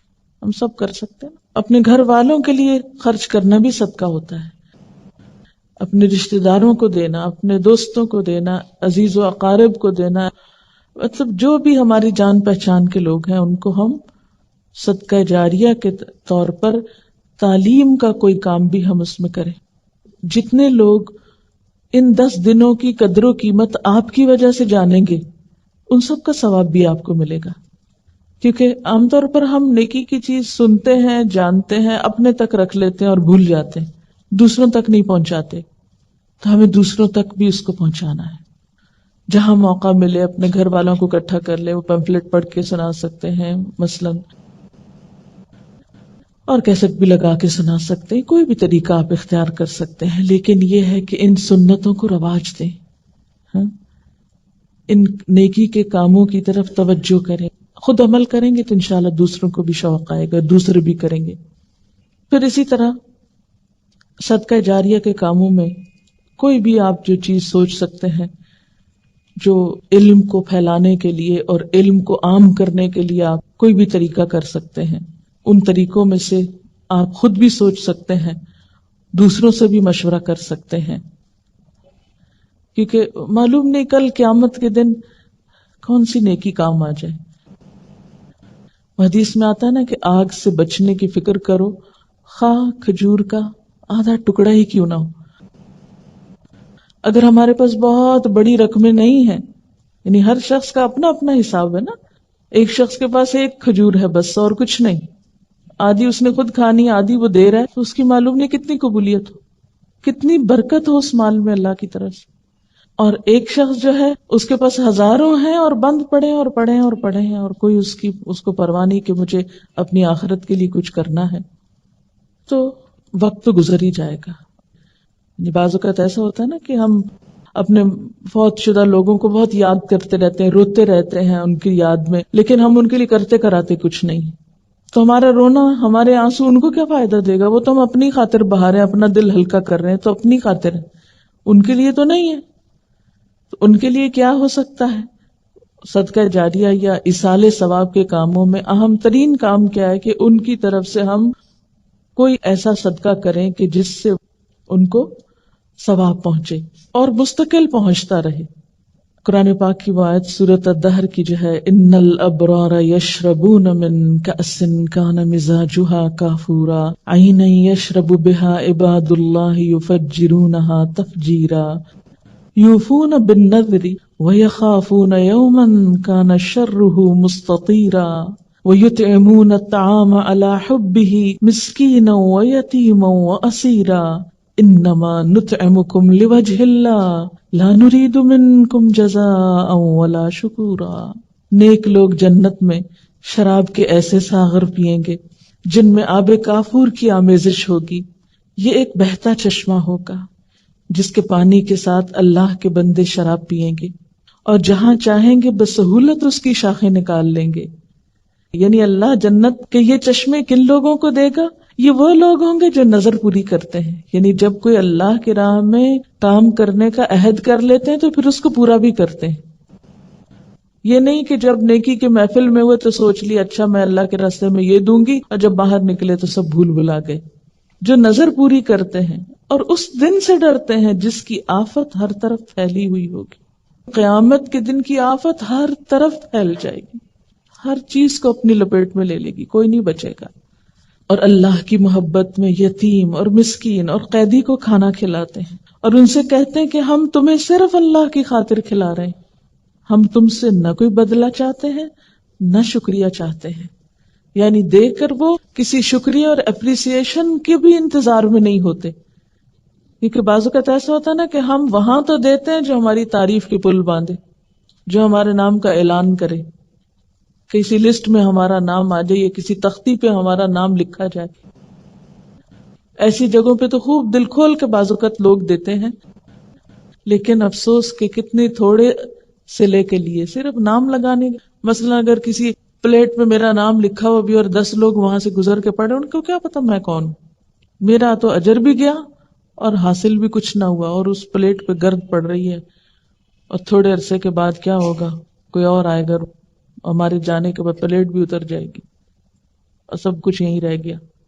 یا اگر ہمیں کسی نے کوئی تعریف کا ایک خط لکھ دیا کہ آپ کا بہت شکریہ, آپ نے بہت اچھا کام کیا, تو وہ ردی میں پڑا رہ جائے گا خط بھی. اس کو فریم کرا کے دروازے کے باہر تھوڑی لٹکانا ہوگا ہم نے. کتنے دن اس تعریف کی ہمیں گرمی پہنچے گی, کیا حاصل ہوگا, اس تعریف سے کتنا پیٹ بھر جائے گا ہمارا, کچھ بھی نہیں. لیکن افسوس یہ کہ ہمارا نفس ہمیں اللہ کی خاطر خلوص اور اخلاص سے کام کرنے نہیں دیتا. ایسے کاموں میں تو ہمارا شوق بڑھاتا ہے جہاں ہمارا نام ہو, اور جہاں نام نہ ہو وہاں ہم کام کے لیے بھی نظر نہیں آتے. امام ابن حجر اسقلانی کہتے ہیں عشرہ ذوالحج کی امتیازی فضیلت کا ایک سبب یہ معلوم ہوتا ہے کہ ساری اہم ترین عبادتیں اس عشرے میں جمع ہیں. نماز, روزہ, صدقہ, حج وغیرہ. اور اس کے علاوہ دیگر موقعوں پر یہ ساری باتیں اکٹھی نہیں ہوتی. اب صدقے میں سب سے اہم کام جو ہے وہ قربانی ہے. یعنی باقی صدقات بھی آپ کریں گے لیکن قربانی بھی کریں گے. قربانی جو ہے اس عشرے کی اہم ترین عبادت ہے, یعنی صدقہ خیرات کی ایک بہترین قسم ہے. لیکن قربانی ہے کیا چیز؟ قربانی کا لفظ جو ہے یہ قرب سے نکلا ہے. قرب کا کیا مطلب ہوتا ہے؟ کسی کے قریب جانا, قریب ہونے کی کوشش کرنا. مکان, زمان, یعنی ہر طرح سے قریب ہونے کے لیے آتا ہے. یعنی جگہ میں قریب ہونا, پھر وقت میں قریب ہونا, یا نسبت یعنی رشتہ داری اور تعلق میں قریب ہونا. اسی طرح مرتبے میں, ان سب چیزوں کے لیے لفظ استعمال ہوتا ہے. تو قربان ہر وہ چیز جس کے ذریعے اللہ کی قرب جوئی کی جائے, یعنی قرب تلاش کیا جائے. قربان یعنی لفظ قرب سے نکلا ہے. پھر قربان کس کو کہتے ہیں؟ ہم کہتے ہیں نا قربان جاؤں, ہم تو اس کو فعل کے طور پر استعمال کرتے ہیں. لیکن قربان ہر وہ چیز جس کے ذریعے اللہ کا قرب حاصل کیا جائے, اللہ کا تقرب حاصل کیا جائے. اور اصطلاح میں قربانی سے مراد کیا ہے؟ یوم النحر اور ایام تشریق میں اللہ تعالیٰ کی رضامندی اور خوشنودی اور قرب حاصل کرنے کے لیے اونٹ، گائے، بکری، بھیڑ یا دمبا ذبح کرنا، یعنی یہاں خاص طور پر جانور کی قربانی مراد ہے۔ سوال یہ پیدا ہوتا ہے کہ قربانی کی ابتدا کب سے ہوئی، یعنی یہ کام کب سے لازم ہوا؟ قرآن پاک میں اللہ تعالیٰ فرماتے ہیں سورۃ الحج میں، لِكُلِّ أُمَّةٍ جَعَلْنَا مَنْسَكًا هُمْ نَاسِكُوهُ، ہر امت کے لیے ہم نے قربانی کا ایک طریقہ مقرر کیا جس کی وہ پیروی کرتی ہے۔ گویا قربانی کا یہ حکم ہر امت کے لیے رہا ہے۔ اس کا آغاز حضرت آدم علیہ السلام کے زمانے میں ہوا۔ قرآن پاک میں اللہ تعالیٰ حضرت آدم علیہ السلام کے دو بیٹوں کا قصہ بیان کرتے ہیں، وَاتْلُ عَلَيْهِمْ نَبَأَ ابْنَيْ آدَمَ بِالْحَقِّ إِذْ قَرَّبَا قُرْبَانًا فَتُقُبِّلَ مِنْ أَحَدِهِمَا وَلَمْ يُتَقَبَّلْ مِنَ الْآخَرِ، اور انہیں ذرا آدم علیہ السلام کے دو بیٹوں کا قصہ بے کم و کاس سنا دیجئے۔ جب ان دونوں نے قربانی کی تو ان میں سے ایک کی قربانی قبول کی گئی اور دوسرے کی نہ کی گئی۔ تو اس سے کیا پتہ چلتا ہے کہ حضرت آدم علیہ السلام کے بیٹوں نے بھی قربانی کی، یعنی قربانی آج سے نہیں، قربانی تو آدم علیہ السلام کے زمانے سے ہے، یعنی اس کا تصور اس وقت سے موجود ہے۔ پھر اسی طرح حضور صلی اللہ علیہ وسلم کو بھی قربانی کا حکم ہے، فَصَلِّ لِرَبِّكَ وَانْحَرْ، اپنے رب کے لیے نماز پڑھیے اور قربانی کیجیے۔ ایک اور جگہ پر فرمایا، قُلْ إِنَّ صَلَاتِي وَنُسُكِي وَمَحْيَايَ وَمَمَاتِي لِلَّهِ رَبِّ الْعَالَمِينَ، آپ کہہ دیجئے بے شک میری نماز، میری قربانی، میرا جینا، میرا مرنا اللہ رب العالمین کے لیے ہے۔ تو آپ کو یہاں بھی حکم دیا جا رہا ہے کہ قربانی کیجئے اور اللہ کے لیے کیجئے، اور فَصَلِّ لِرَبِّكَ وَانْحَرْ، یہاں بھی اپنے رب کے لیے قربانی کیجیے۔ گویا قربانی ایک تو یہ ہے کہ اللہ کا حکم ہے، اور دوسرے یہ کہ اللہ ہی کی خاطر ہونی چاہیے۔ جو ہمارے قربانی کا طریقہ ہے یہ کہاں سے آیا؟ یعنی قربانی کی مختلف شکلیں پچھلی امتوں میں رائج رہیں، لیکن یہ طریقہ جس پہ ہم قربانی کرتے ہیں یہ کب سے ہوا؟ اس کے بارے میں ایک دفعہ صحابہ کرام نے حضور صلی اللہ علیہ وسلم سے پوچھا کہ اے اللہ کے رسول صلی اللہ علیہ وسلم، یہ قربانی کیا ہے؟ آپ نے فرمایا، سنت ابیکم ابراہیم، یہ تمہارے ابا ابراہیم علیہ السلام کی سنت ہے، ان کا طریقہ ہے۔ اس سنت کا تذکرہ قرآن پاک نے بہت خوبصورت انداز میں کیا ہے۔ سورۃ الصافات کی آیت نمبر 100 سے لے کر 111 آیات ہیں۔ وَقَالَ إِنِّي ذَاهِبٌ إِلَىٰ رَبِّي سَيَهْدِينِ رَبِّ هَبْ لِي مِنَ الصَّالِحِينَ فَبَشَّرْنَاهُ بِغُلَامٍ حَلِيمٍ فَلَمَّا بَلَغَ مَعَهُ السَّعْيَ قَالَ يَا بُنَيَّ إِنِّي أَرَىٰ فِي الْمَنَامِ أَنِّي أَذْبَحُكَ فَانظُرْ مَاذَا تَرَىٰ قَالَ يَا أَبَتِ افْعَلْ مَا تُؤْمَرُ سَتَجِدُنِي إِن شَاءَ اللَّهُ مِنَ الصَّابِرِينَ فَلَمَّا أَسْلَمَا وَتَلَّهُ لِلْجَبِينِ وَنَادَيْنَاهُ أَن يَا إِبْرَاهِيمُ قَدْ صَدَّقْتَ الرُّؤْيَا إِنَّا كَذَلِكَ نَجْزِي الْمُحْسِنِينَ إِنَّ هَذَا لَهُوَ الْبَلَاءُ الْمُبِينُ وَفَدَيْنَاهُ بِذِبْحٍ عَظِيمٍ وَتَرَكْنَا عَلَيْهِ فِي الْآخِرِينَ سَلَامٌ عَلَىٰ إِبْرَاهِيمَ كَذَلِكَ نَجْزِي الْمُحْسِنِينَ إِنَّهُ مِنْ عِبَادِنَا الْمُؤْمِنِينَ۔ ابراہیم علیہ السلام نے کہا، میں اپنے رب کی طرف جاتا ہوں، وہی میری رہنمائی کرے گا۔ اے پروردگار، مجھے ایک بیٹا عطا کر جو صالحین میں سے ہو، یعنی نیک ہو۔ تو اللہ تعالیٰ نے دعا کے جواب میں کیا فرمایا؟ ہم نے اس کو ایک حلیم یعنی بردبار لڑکے کی بشارت دی۔ وہ لڑکا جب اس کے ساتھ دوڑ دھوپ کرنے کی عمر کو پہنچ گیا تو ایک روز ابراہیم علیہ السلام نے اس سے کہا، بیٹا، میں خواب میں دیکھتا ہوں کہ میں تجھے ذبح کر رہا ہوں، اب تو بتا تیرا کیا خیال ہے؟ اس نے کہا، ابا جان، جو کچھ آپ کو حکم دیا جا رہا ہے اسے کر ڈالیے، آپ انشاءاللہ مجھے صابروں میں سے پائیں گے۔ آخر کو جب ان دونوں نے سر تسلیم خم کر دیا، یعنی باپ بیٹا دونوں ہی اپنے آپ کو حوالے کر گئے، اور ابراہیم علیہ السلام نے بیٹے کو ماتھے کے بل گرا دیا، اور ہم نے آواز دی، اے ابراہیم، تو نے اپنا خواب سچ کر دکھایا، ہم نیکی کرنے والوں کو ایسی ہی جزا دیتے ہیں۔ یقیناً یہ ایک کھلی آزمائش تھی، اور ہم نے ایک بڑی قربانی فدیے میں دے کر اس بچے کو چھڑا لیا، اور اس کی تعریف و توصیف ہمیشہ کے لیے بعد کی نسلوں میں چھوڑ دی۔ سلام ہے ابراہیم پر، ہم نیکی کرنے والوں کو ایسی ہی جزا دیتے ہیں، یقیناً وہ ہمارے مومن بندوں میں سے تھا۔ تو یہ ہے وہ واقعہ ابراہیم علیہ السلام کی قربانی کا جو قرآن نے ان الفاظ میں بیان کیا۔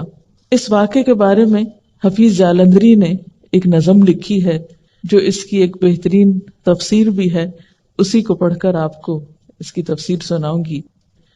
پدر بولا یعنی باپ، فارسی کے لفظ اردو شاعری میں استعمال ہوتے ہیں۔ پدر بولا کہ بیٹا آج میں نے خواب دیکھا ہے، کتاب زندگی کا ایک نرالا باب دیکھا ہے۔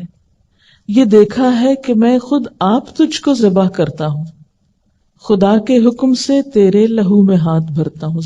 ذرا امیجن بھی کرتے جائیں کہ باپ بیٹے کو کہہ رہا ہے کہ اللہ کے حکم سے میں تجھے ذبح کر رہا ہوں۔ سعادت مند بیٹا جھک گیا فرمان باری پر، زمین و آسماں حیراں تھے اس اطاعت گزاری پر۔ رضا جوئی کی یہ صورت نظر آئی نہ تھی اب، یعنی ایسے بھی کوئی اللہ کی رضا پہ راضی ہوتا ہے؟ اس سے پہلے ایسی اطاعت کسی نے نہیں دیکھی۔ یہ جرت پیشتر انسان نے دکھلائی نہ تھی اب تک، اس سے پہلے کہ کسی انسان نے اللہ کی اطاعت کے لیے ایسی جرت نہیں دکھائی تھی۔ عجب بشاش تھے دونوں رضائے رب عزت پر، تأمل یا تذبذب کچھ نہ تھا دونوں کی صورت پر، کوئی ہچکچاہٹ نہیں۔ کہا فرزند نے اے باپ اسماعیل صابر ہے، خدا کے نام پر بندہ پے تعمیل حاضر ہے، مگر آنکھوں پہ اپنی آپ پٹی باندھ لیجیے گا، میرے ہاتھوں میں اور پیروں میں رسی باندھ دیجیے گا، مبادا آپ کو صورت پہ میری رحم آ جائے، مبادا میں تڑپ کر چھوٹ جاؤں ہاتھ تھرائے۔ پسر کی بات سن کر باپ نے تعریف فرمائی، یہ رسی اور پٹی باندھنی ان کو پسند آئی۔ ہوئے اب ہر طرح تیار دونوں باپ اور بیٹے، چھری اس نے سنبھالی تو یہ جھٹ قدموں پہ آ لیٹے، پچھاڑا اور گھٹنا سینہ معصوم پہ رکھا، چھری پتھر پہ رگڑی ہاتھ کو حلقوم پہ رکھا، زمیں سہمی پڑی تھی آسمان ساکت تھا بیچارہ، نہ اس سے پیشتر دیکھا تھا یہ حیرت کا نظارہ۔ پدر تھا مطمئن بیٹے کے چہرے پہ بحالی تھی، چھری حلقوم اسماعیل پہ چلنے ہی والی تھی، مشیت کا مگر دریائے رحمت جوش میں آیا کہ اسماعیل کا ایک رونگٹا کٹنے نہیں پایا۔ ہوئے جبریل نازل اور تھاما ہاتھ حضرت کا، کہا بس امتحان مقصود تھا ایثار و جرت کا۔ خطاب اس دن سے اسماعیل نے پایا ذبیح اللہ، یعنی ذبح نہیں ہوئے لیکن نام مل گیا ذبیح اللہ، خدا نے آپ ان کے حق میں فرمایا ذبیح اللہ۔ تو یہ تھا وہ جذبہ قربانی جو ابراہیم علیہ السلام اور اسماعیل علیہ السلام کے اندر تھا۔ قربانی اصل میں کی کیوں جاتی ہے؟ قربانی کے کانسیپٹ کیا ہے؟ قربانی کی روح کیا ہے؟ اپنی محبوب ترین چیز اپنے محبوب کے نام کر دینا، اظہار محبت ہے نا۔ ابراہیم علیہ السلام نے بھی اللہ تعالیٰ سے محبت کا ایک دعویٰ کیا تھا کہ مجھے تجھ سے محبت ہے، اور والذین آمنوا اشد حبا للہ، اور یہ کہ جب اللہ کی محبت انسان کے دل میں آتی ہے تو پھر دنیا کی کوئی دوسری چیز اس کا راستہ نہیں روکتی۔ اس راہ میں انسان کو مال دینا پڑے یا اولاد دینی پڑے یا پھر کبھی اپنا آپ بھی دینا پڑے۔ اسی لیے اس موقع پر جانور کی قربانی ایک سمبل کے طور پر ہے، جان قربان کرو، یعنی اگر آپ ویسے روپیہ پیسہ دے دیں گے تو بات نہیں بنے گی، جان دو، کیونکہ انہوں نے اپنے بیٹے کی جان دینے کے لیے کوئی بھی ہچکچاہٹ نہیں کی تھی۔ اب دیکھیں دنیا میں محبتوں کے بہت قصے ہیں، اور ہر محبت کے ساتھ قربانی کا قصہ بھی، کیونکہ محبت کی تکمیل ہوتی نہیں، محبت کی تعریف مکمل نہیں ہوتی جب تک اس میں قربانی نہ ہو۔ ماں کو اگر اپنے بچے سے محبت ہے کیسی کیسی قربانی کرتی، شوہر کو اگر بیوی سے محبت ہے تو اس کے لیے کیسی کیسی قربانی کرتی، بیوی کو شوہر سے محبت ہے تو کیسی قربانی کرتی ہے اس کے لیے۔ تو دنیا میں بھی انسانوں کے درمیان محبت کے جتنے رشتے ہیں ان سب میں بھی قربانی پائی جاتی۔ اور اگر معاملہ بندے اور بندے کا نہیں، بندے اور رب کا ہو تو کیا اس میں کوئی قربانی نہیں ہوگی؟ تو ہر سال جو مسلمان یہ قربانی کرتے ہیں، یہ کس لیے کرتے ہیں؟ اپنی محبت کے اظہار کی علامت کے طور پر. دس از اے سمبل کہ اللہ تیری خاطر یہ خون بہا سکتے ہیں تو تیری خاطر اپنی گردن بھی کٹا سکتے ہیں. اور آپ دیکھیں کہ ابراہیم علیہ السلام کو اللہ تعالیٰ نے کیا عطا کیا. انہوں نے اللہ سے محبت کا دعویٰ کیا تو اللہ نے بھی ان کو اپنا دوست کہا. واتخذ اللہ ابراہیم خلیلا، اللہ نے ابراہیم علیہ السلام کو اپنا دوست بنا لیا. تو دوستی کا ثبوت تو قربانی سے ہی ہوتا ہے. عام روزمرہ زندگی میں بھی آپ دیکھتے ہیں کہ جس سے محبت ہوتی ہے اس کے لیے ہم تحفے کا اہتمام کرتے. یہ تحفہ دینا کیا ہے دراصل؟ یہ تو نہیں کہ دوسرا شخص کو مفلس ہے، کوئی غریب ہے، فقیر ہے تو آپ اس کو کچھ پیش کر رہے ہیں کہ آپ کی غربت اور فقر دور ہو جائے. وہ تو صدقہ ہوتا ہے. تحفے کی روح کیا ہے؟ تحفے کی روح یہی ہے نا کہ ایک اظہار محبت ہوتا ہے کہ میرے دل میں آپ کا ایک مقام ہے. تحفے میں اصل چیز اس کی ویلیو نہیں ہوتی کہ وہ کتنی بڑی چیز ہے، کتنے ہزاروں لاکھوں کی ہے. جدید دنیا میں جو تحفے کا کانسیپٹ ہو گیا نا کہ ایک مٹیریلسٹک اپروچ ہو گئی کہ زیادہ قیمتی تحفہ شاید زیادہ محبت کی علامت ہے.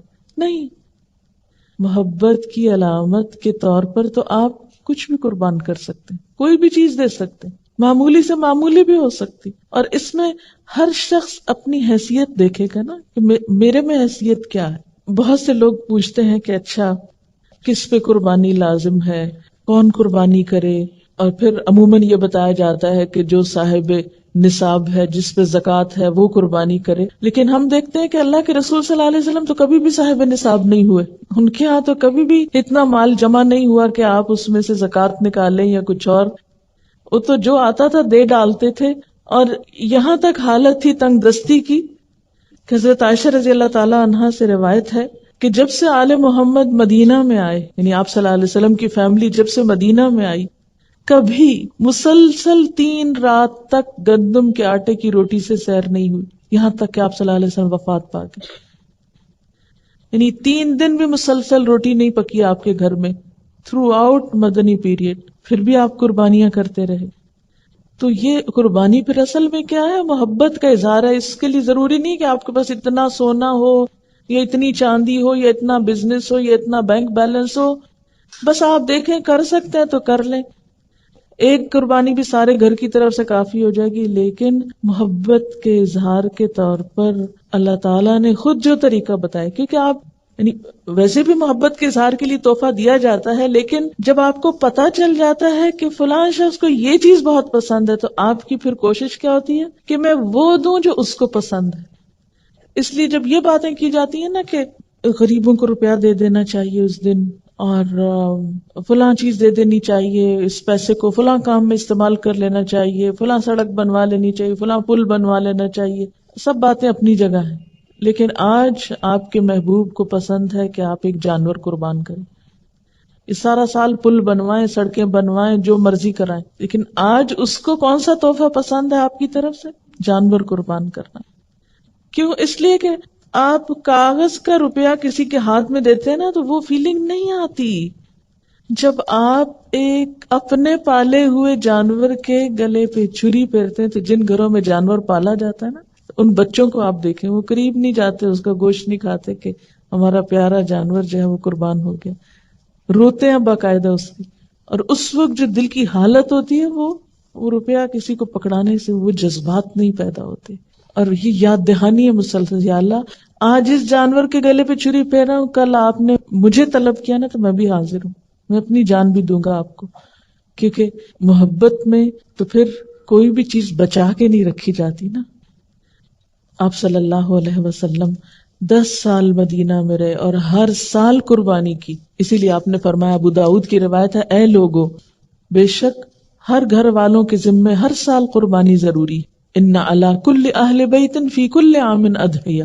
اب یہ الگ بات ہے کہ اگر بالکل پیسے نہیں ہیں اور مطلب نہیں کرنے کے قابل ایک بھی، تو کوئی بات نہیں، کیونکہ بہت لوگ بہت ہی غریب ہوتے ہیں. قربانی دراصل محبت کے اظہار کی ایک علامت ہے، اور اس کے لیے بہت زیادہ فقہی مسئلوں میں پڑھنا اس پہ جائز ہے، اس پہ ناجائز ہے، یہ کرے یا نہ کرے، وہ کرے یا نہ کرے، بہت کچھ پوچھنے کی ضرورت نہیں. اپنے آپ کو ٹٹولیں، دیکھیں کیا دے سکتے ہیں کیا نہیں دے سکتے، اور کر لیں جو کر سکتے ہیں. نہیں کر سکتے تو آئندہ کے لیے کوئی ترتیب سوچیں اسی طرح کی کہ جس سے آپ کچھ کر سکیں. اور اگر کوئی وسعت کے باوجود قربانی نہ کر سکے تو اس کے بارے میں کیا فرمایا کہ جسے قربانی کرنے کی وسعت اور طاقت ہو اور وہ قربانی نہ کرے، وہ مسلمانوں کی عیدگاہ میں حاضر نہ ہو. اب یہ ہے کہ بعض حالات واقعی ایسے ہوتے ہیں کہ انسان نہیں کر سکتا، کوئی جان بوجھ کے نہیں ایسے کرتا، ہمت نہیں ہے.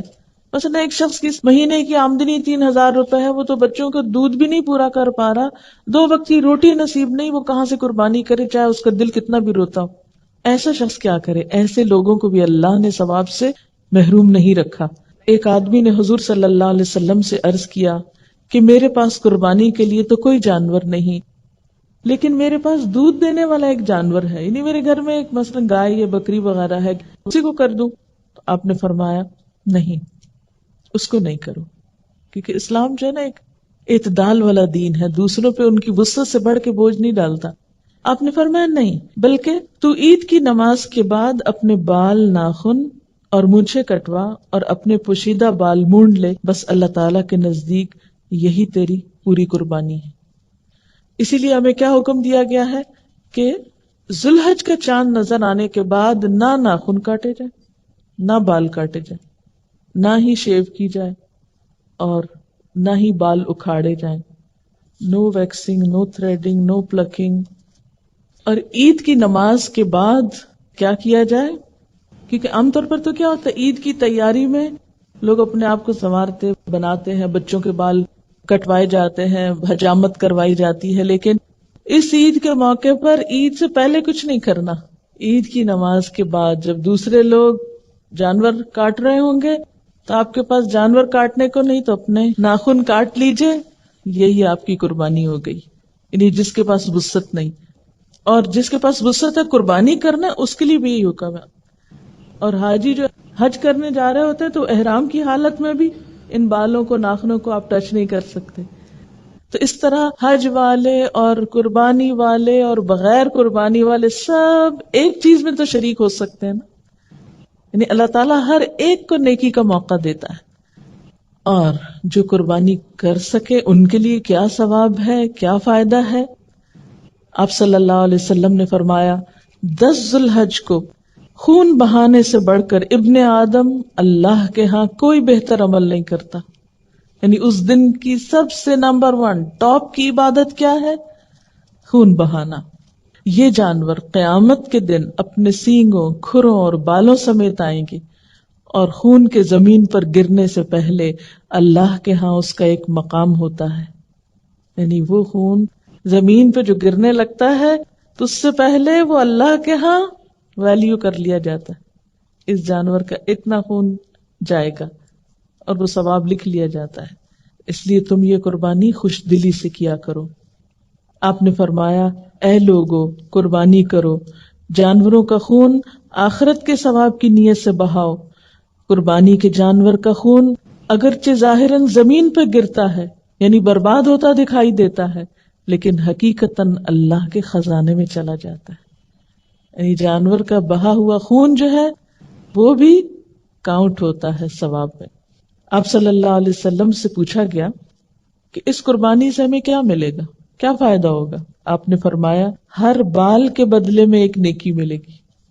صحابہ کرام کہنے لگے اور بھیڑ کی اون کے بدلے؟ کیونکہ بھیڑ کی اون میں زیادہ بال ہوتے ہیں نا، وہ جڑے جڑے ہوتے ہیں اکٹھے اور بہت باریک باریک ہوتے ہیں.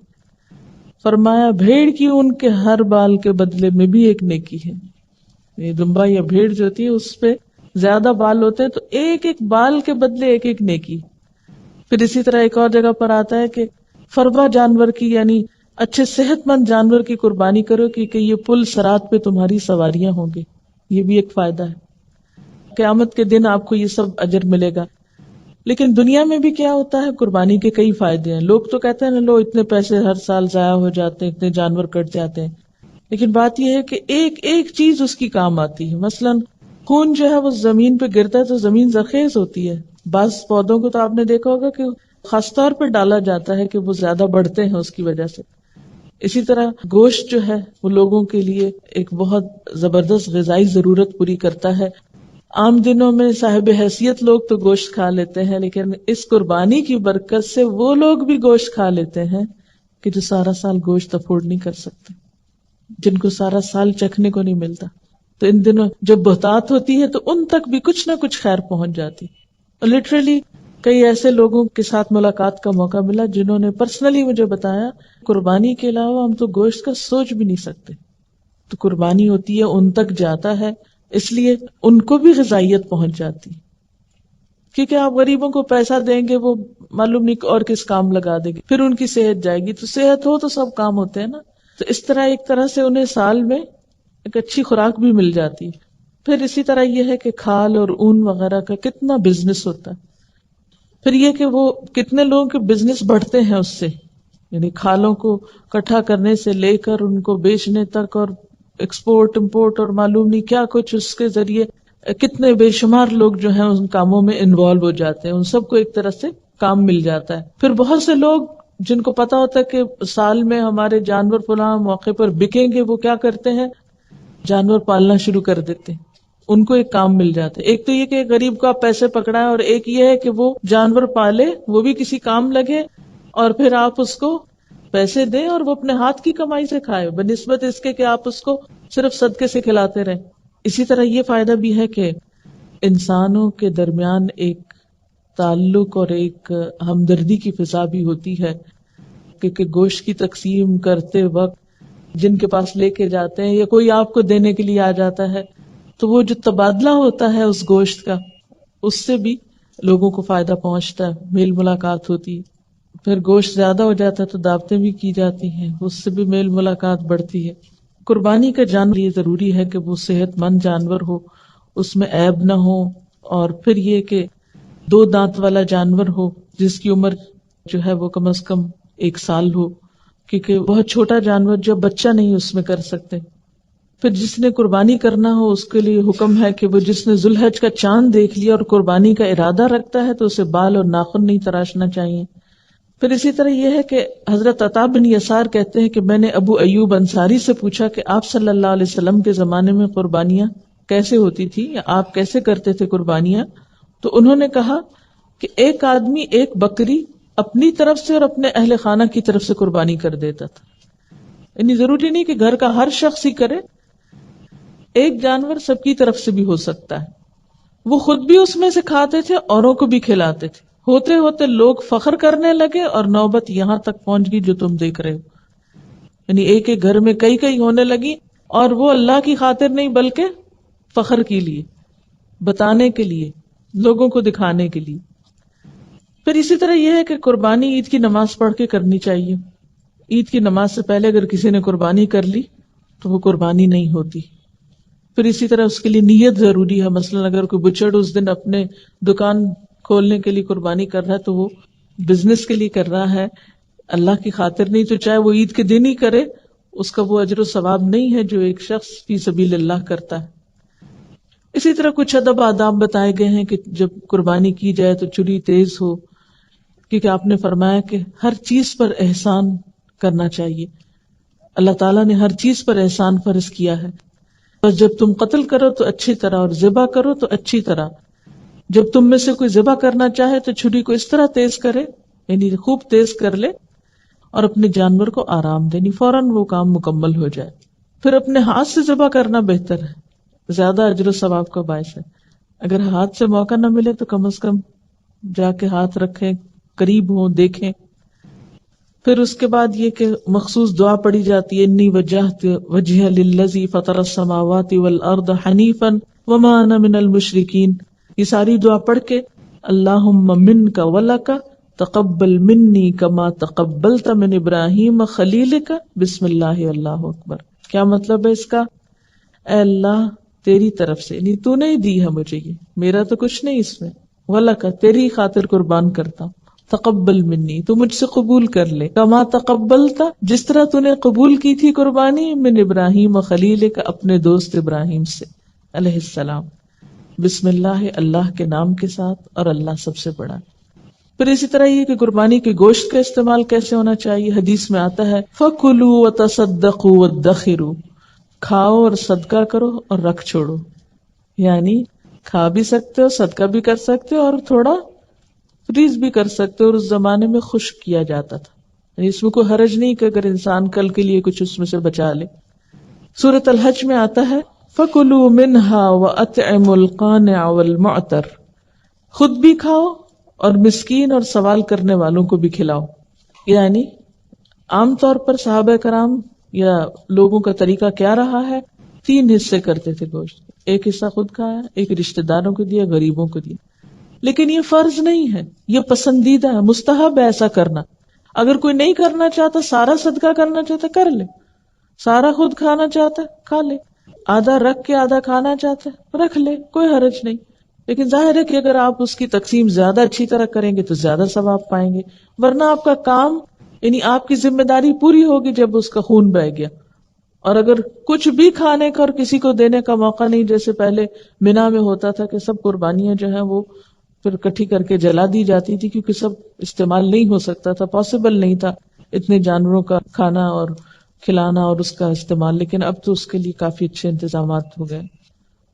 پھر اسی طرح یہ ہے کہ کھال کو گھر میں استعمال کے لیے رکھا جا سکتا ہے. مثلا اگر آپ گھر میں نماز کے لیے مصلی بنانا چاہیں یا کسی اور استعمال میں لانا چاہیں تو لا سکتے ہیں، لیکن فروخت نہیں کر سکتے، بیچ نہیں سکتے اور مزدوری بھی نہیں دے سکتے قصاب کی. بہتر یہی ہے کہ اس کو بھی صدقہ کر دیا جائے، لیکن وہ فی سبیل اللہ صدقہ ہوگا، اس کو ثواب کی نیت سے صدقہ کیا جائے گا. یہ نہیں کہ آپ اس کو کسی دنیا کے کام کے استعمال کے لیے کسی کو دیں. مثلا یہ نہیں کہ کسی رشتہ دار کا کاروبار ہے تو آپ کہیں سب اسی کو دے دیتے ہیں جا کے، تو اس کو یہ صدقہ نہیں دیا جائے گا بلکہ فی سبیل اللہ دیا جائے گا. پھر اسی طرح یہ ہے کہ ایام تشریق سارے کے سارے ذبح کے دن ہیں. پھر اپنی طرف سے بھی قربانی دے سکتے ہیں، اگر کوئی ادارہ یا کوئی کچھ لوگ مل کے قربانی کریں تو وہاں پیسے بھی ڈال سکتے ہیں، جیسے گائے اور اونٹ میں مختلف حصے ڈالے جاتے ہیں. پھر اپنی طرف سے بھی کر سکتے ہیں، والدین کی طرف سے کر سکتے ہیں، زندہ کی طرف سے کر سکتے ہیں، مردہ کی طرف سے کر سکتے ہیں، رشتہ داروں کی طرف سے بھی کر سکتے ہیں. اور اب آخری حصہ یہ ہے کہ عید کا دن کیسے گزاریں، کیونکہ آخری کام اس میں پھر کیا ہوگا، یعنی عید کا دن آ جائے گا جس دن قربانی کرنا ہوگی. اس میں سب سے پہلے یہ کہ ان 2 دنوں میں روزہ نہیں رکھا جاتا. ہاں، عید الفطر میں آپ صلی اللہ علیہ وسلم صبح کچھ میٹھا کھا کر نماز پڑھنے جاتے تھے، لیکن عید الاضحیٰ میں صبح میں کچھ نہیں کھاتے تھے. حتیٰ کہ صحابیات اپنے بچوں کو دودھ تک نہیں پلاتی تھی، یعنی اتنا اہتمام اس سنت کا کیا جاتا تھا. دوسرا کام یہ ہے کہ غسل کرنا چاہیے، نہانا چاہیے. عید الفطر اور عید الاضحیٰ کے دن آپ صلی اللہ علیہ وسلم غسل فرمایا کرتے تھے. اچھا لباس پہننا چاہیے. بہقی کی روایت میں آتا ہے حضور صلی اللہ علیہ وسلم عیدین اور جمعہ کے موقع پر اپنی سرخ چادر پہنا کرتے تھے، یعنی لباس میں اہتمام کرتے تھے. ہم عام طور پہ کیا کہتے ہیں، بور دن ہے، کیا کرنا ہے، بس ایسے ہی ٹھیک ہے، ابھی تو گوشت آ جائے گا، پکانا ہوگا، پھر کیا کرتے سارا دن گندے ملندے رہتے ہیں، اور پھر شام کو کسی کے گھر جانا ہو فارغ ہو کے اچھے کپڑے پہن کے چلے جاتے. نہیں، صبح میں نہا کے اچھے کپڑے پہنیے اور پھر عید پڑھنے جائیے. پھر اسی طرح یہ ہے کہ عیدگاہ کی طرف اگر پیدل جائیں تو زیادہ اچھا، لیکن بہت دور ہو اور نماز ہی نہ نکل جائے تو اس کے لیے بہتر یہ ہے کہ پھر آپ سواری پہ بھی جا سکتے ہیں. آپ صلی اللہ علیہ وسلم کا طریقہ یہ تھا کہ آپ پیدل جاتے تھے، چل کے جاتے تھے عیدگاہ اور چل کے واپس آتے تھے. خواتین بھی نکل سکتی ہیں. بخاری اور مسلم کی روایت ہے، حضرت ام عطیہ سے روایت ہے کہ رسول اللہ صلی اللہ علیہ وسلم نے حکم دیا کہ عید الفطر اور عید الاضحیٰ کے دن ہم چھوٹی بچیوں اور جوان اور حیض والی عورتوں کو عیدگاہ لے جائیں. البتہ حیض والی عورتیں نماز کی جگہ سے الگ رہیں اور مسلمانوں کی دعا میں شریک ہوں، یعنی اجتماعی دعا کی بھی یہاں سے دلیل ملتی ہے. میں نے عرض کیا اللہ کے رسول صلی اللہ علیہ وسلم، بعض عورتیں ایسی بھی ہیں جن کے پاس چادر نہیں ہوتی. آپ نے فرمایا جس عورت کے پاس چادر نہ ہو اس کی بہن یا سہیلی کو چاہیے کہ اپنی چادر میں اس کو لے لے، یعنی اس کو اپنی چادر میں چھپا لے، یا اپنی چادر ادھاری دے دے، لیکن یہ کہ چادر پہن کے نکلے. حضرت عبداللہ بن عباس سے روایت ہے کہ رسول اللہ صلی اللہ علیہ وسلم عید کے دن اپنی بیویوں اور بیٹیوں کو عیدگاہ لے جاتے تھے. ابن ماجہ کی روایت. پھر یہ ہے کہ جاتے اور آتے ہوئے تکبیریں پڑھنی چاہیے. اس میں آپ دیکھیں گے کہ گھر کے بچوں کو اگر آپ سکھا دیں نا، یعنی بڑوں کو تو مشکل ہوتی ہے نا، بچوں کو اگر آپ سکھا دیں اور وہ بلند آواز سے پڑھیں تو سب کو یاد آتی رہیں گی اور اوروں کو بھی وہ پڑھاتے رہیں گے. نافع ابن عمر سے روایت کرتے ہیں کہ ابن عمر عید الاضحیٰ اور عید الفطر کے دن جب عیدگاہ کی طرف جاتے تو بلند آواز سے تکبیریں کہتے یہاں تک کہ عیدگاہ میں پہنچ جاتے ہیں، اونچی اونچی پڑھتے جاتے تاکہ اور لوگوں کو بھی یاد آ جائے. کچھ لوگ متقین کے امام ہوتے ہیں نا، وہ اپنے عمل سے دوسروں کو نیکی کی طرف لگائے رکھتے ہیں. پھر عیدگاہ میں بھی پہنچ کر تکبیریں کہتے یہاں تک کہ نماز عید پڑھنے کے لیے امام صاحب آ جاتے. عورتیں جو ہیں وہ بلند آواز سے نہیں پڑھیں، آہستہ آہستہ پڑھتی بھی جائیں. تو عید کے دن کے کاموں میں کیا ہے کہ آپ صبح تیاری کریں، نہائیں دھوئیں، کپڑے اچھے پہنے، ایسی خوشبو نہ لگائیں کہ جو عیدگاہ میں جاتے ہوئے دوسروں کو آئے. پھر چادر اوڑھ کر عیدگاہ پہنچے، نماز پڑھیں، واپس آئیں. قربانی ہو، قربانی کو دیکھیں اگر ممکن ہو. آپ صلی اللہ علیہ وسلم ویسے عیدگاہ میں ہی قربانی کیا کرتے تھے، اور یہ ایک بڑا ہائیجینک طریقہ ہے کہ سب کی قربانیاں ایک جگہ پر ہو، وہیں سے صفائی ہو جائے. ہمارے تو ہر گلی بازار کے نکڑ میں قربانی ہو رہی ہوتی ہے اور گندگی میں چھوڑ کے ہم اپنا گوشت اٹھا کے گھر چلے جاتے ہیں. تو یہ طریقہ ٹھیک نہیں ہے، اور پھر صفائی کرنے والوں کی بھی چھٹی ہوتی ہے تو 3 دن عذاب کے ہو جاتے ہیں. اس معاملے میں بہت احتیاط کرنے کی ضرورت ہے کہ ہماری ایسے کسی کام سے دوسرے کو اذیت نہ ہو. پھر یہ ہے کہ آپ گوشت کی تقسیم کریں، رشتہ داروں کو ملیں، غریبوں کو وزٹ کریں، ان کو اپنی خوشی میں شریک کریں، اور ذکر کی کثرت کرتے رہیں، ذکر نہ بھولیں. کہ ہوتا کیا ہے، جو ہی خوشی کا موقع آیا سب سے پہلے ذکر بھول گئے. اور آخری بات یہ ہے کہ صرف جانوروں کی قربانی نہیں کرنی، کچھ اور چیزوں کی قربانی بھی کرنی. کوئی ایک اپنی بری عادت جس سے آپ بہت تنگ ہو اس کو لکھ لیں اور نیت کر لیں کہ اس دفعہ اس موقع پر میں نے اپنی اس عادت کو چھوڑ دینا یا اس خواہش کو میں نے قربان کر دینا ہے جو اللہ تعالیٰ کو پسند نہیں. کوئی بھی اپنا اپنا سوچ لے، ہر شخص اپنے غلطیوں اور گناہوں کے بارے میں زیادہ آگاہ ہوتا ہے. تو اگر ہم تھوڑی سی پلاننگ کر لیں کہ یہ کام ہم نے نہیں اس کے بعد کرنا، تو انشاءاللہ ہر عید پر اگر ایک ایک چیز چھوٹتی جائے. اور پھر یہ ہے کہ سب سے بڑی قربانی اگر آپ کر سکیں تو انا کی کر دیں. تھوڑی سی میں کے اوپر کوئی چھری پھر جائے تو اچھا ہے ان دنوں میں. مٹا دے اپنی ہستی کو گر کچھ مرتبہ چاہے، کہ دانا خاک میں مل کر گل و گلزار ہوتا ہے. اگر آپ واقعی بہار و پھول بننا چاہتے ہیں تو پھر اس کے لیے کیا کرنا ہے، عاجزی اختیار کرنی ہے انشاءاللہ تعالی. اور یاد رکھیے کہ لن تنالوا البر حتی تنفقوا مما تحبون. اور آخری چیز جو چیک کریں گے وہ یہ کہ ایک چیز کیا آپ کے اندر پیدا ہوئی کہ نہیں، اور وہ ہے تقویٰ.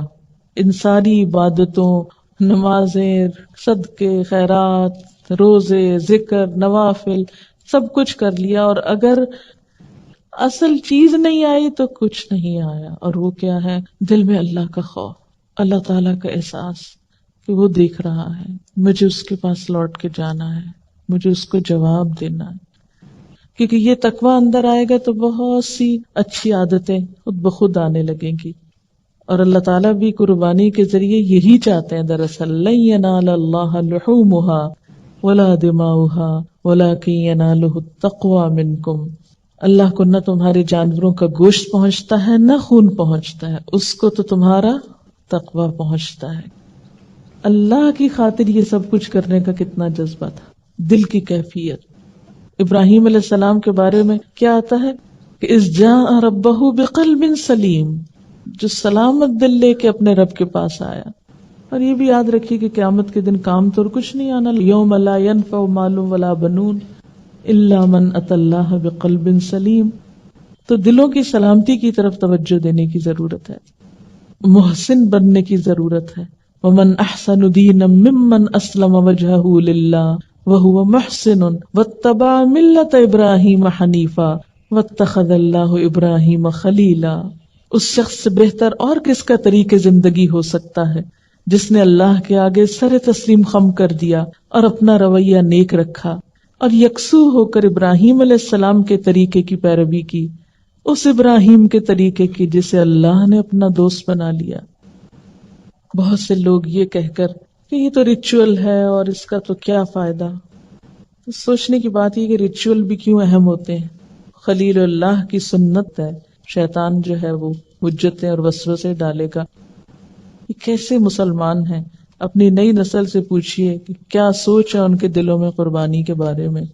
یہ کیسے مسلمان ہیں کہ یہ اتنے جانوروں کو ذبح کر دیتے ہیں اور اتنے بے درد لوگ ہیں، اور نہ جانے کیا کچھ حجتیں پیدا کر کے اس عمل کو کتنا حقیر کر دیتے ہیں ہم، اور دوسروں کی نقالی اور دوسروں کی پیروی کو ہم کتنا خوبصورت بنا کے پیش کرتے ہیں.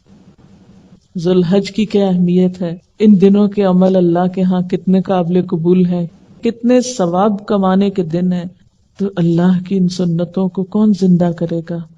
ہم مسلمانوں کو ہی آگے بڑھنا ہے، ہمیں دوسروں کا انتظار نہیں کرنا، خود آگے بڑھنا ہے. ایک آئیڈیا یہ بہت دیا جا رہا ہے کہ قربانی تو صرف ان کے لیے ہے جو حج پہ جا رہے ہوں. ابھی میں نے جو حدیث آپ کو سنائی کہ اللہ کے رسول صلی اللہ علیہ وسلم 10 سال مدینہ میں رہے اور ہر سال قربانی کرتے رہے، تو کیا ہر سال آپ حج پہ بھی جاتے رہے؟ اور دوسری بات یہ کہ جب صحابہ کرام نے پوچھا کہ یا رسول اللہ صلی اللہ علیہ وسلم یہ قربانی کیا چیز ہے، تو آپ نے کیا فرمایا؟ تمہارے باپ ابراہیم کی سنت ہے، ان کا طریقہ ہے. بعض لوگ شوق سے عیدگاہ جاتے ہیں لیکن قربانی نہیں کرتے، حالانکہ کیا ہے کہ جو قربانی نہ کرے وہ عیدگاہ بھی نہ آئے. ہم کہیں گے اچھا ٹھیک ہے نہیں آتے. ہم یہ تو کر سکتے ہیں لیکن طریقے نہیں بدلتے. بعض اوقات ہم یہ کہتے ہیں کہ اس سال قربانی کیسے کریں کہ قربانی کے جانور پہلے سے بھی زیادہ مہنگے ہو گئے ہیں، لیکن دوسری چیزوں میں جب مہنگائی بڑھتی ہے تو ہم میں سے کون ہے جو ان چیزوں کو خریدنے سے باز آ جاتا ہے؟ بچوں کی فیسیں بڑھتی ہیں اسکولوں میں، اسی طرح شادی کے موقع پر آپ خریداری کرنے کو جاتے ہیں تو ہر سال ریٹس بڑھ جاتے ہیں. لیکن جہاں اللہ کی راہ میں کچھ کرنے کی بات آئی تو وہاں ہمیں کبھی مہنگائی یاد آتی ہے اور کہیں کوئی اور مسئلہ پیش آ جاتا ہے. جیسے ہماری نمازوں کے اوقات جو ہیں وہ اپنے الگ اوقات ہیں، تو اسی طرح ہمارا اصل عرفہ کا دن تو وہ ہے جو ہمارے کیلنڈر کے حساب سے آگے، لیکن چونکہ ان سارے عشرے میں روزے رکھے جا سکتے ہیں تو اس لیے آپ جس دن وہاں حج ہو رہا ہو اس دن بھی روزہ رکھ لیجئے.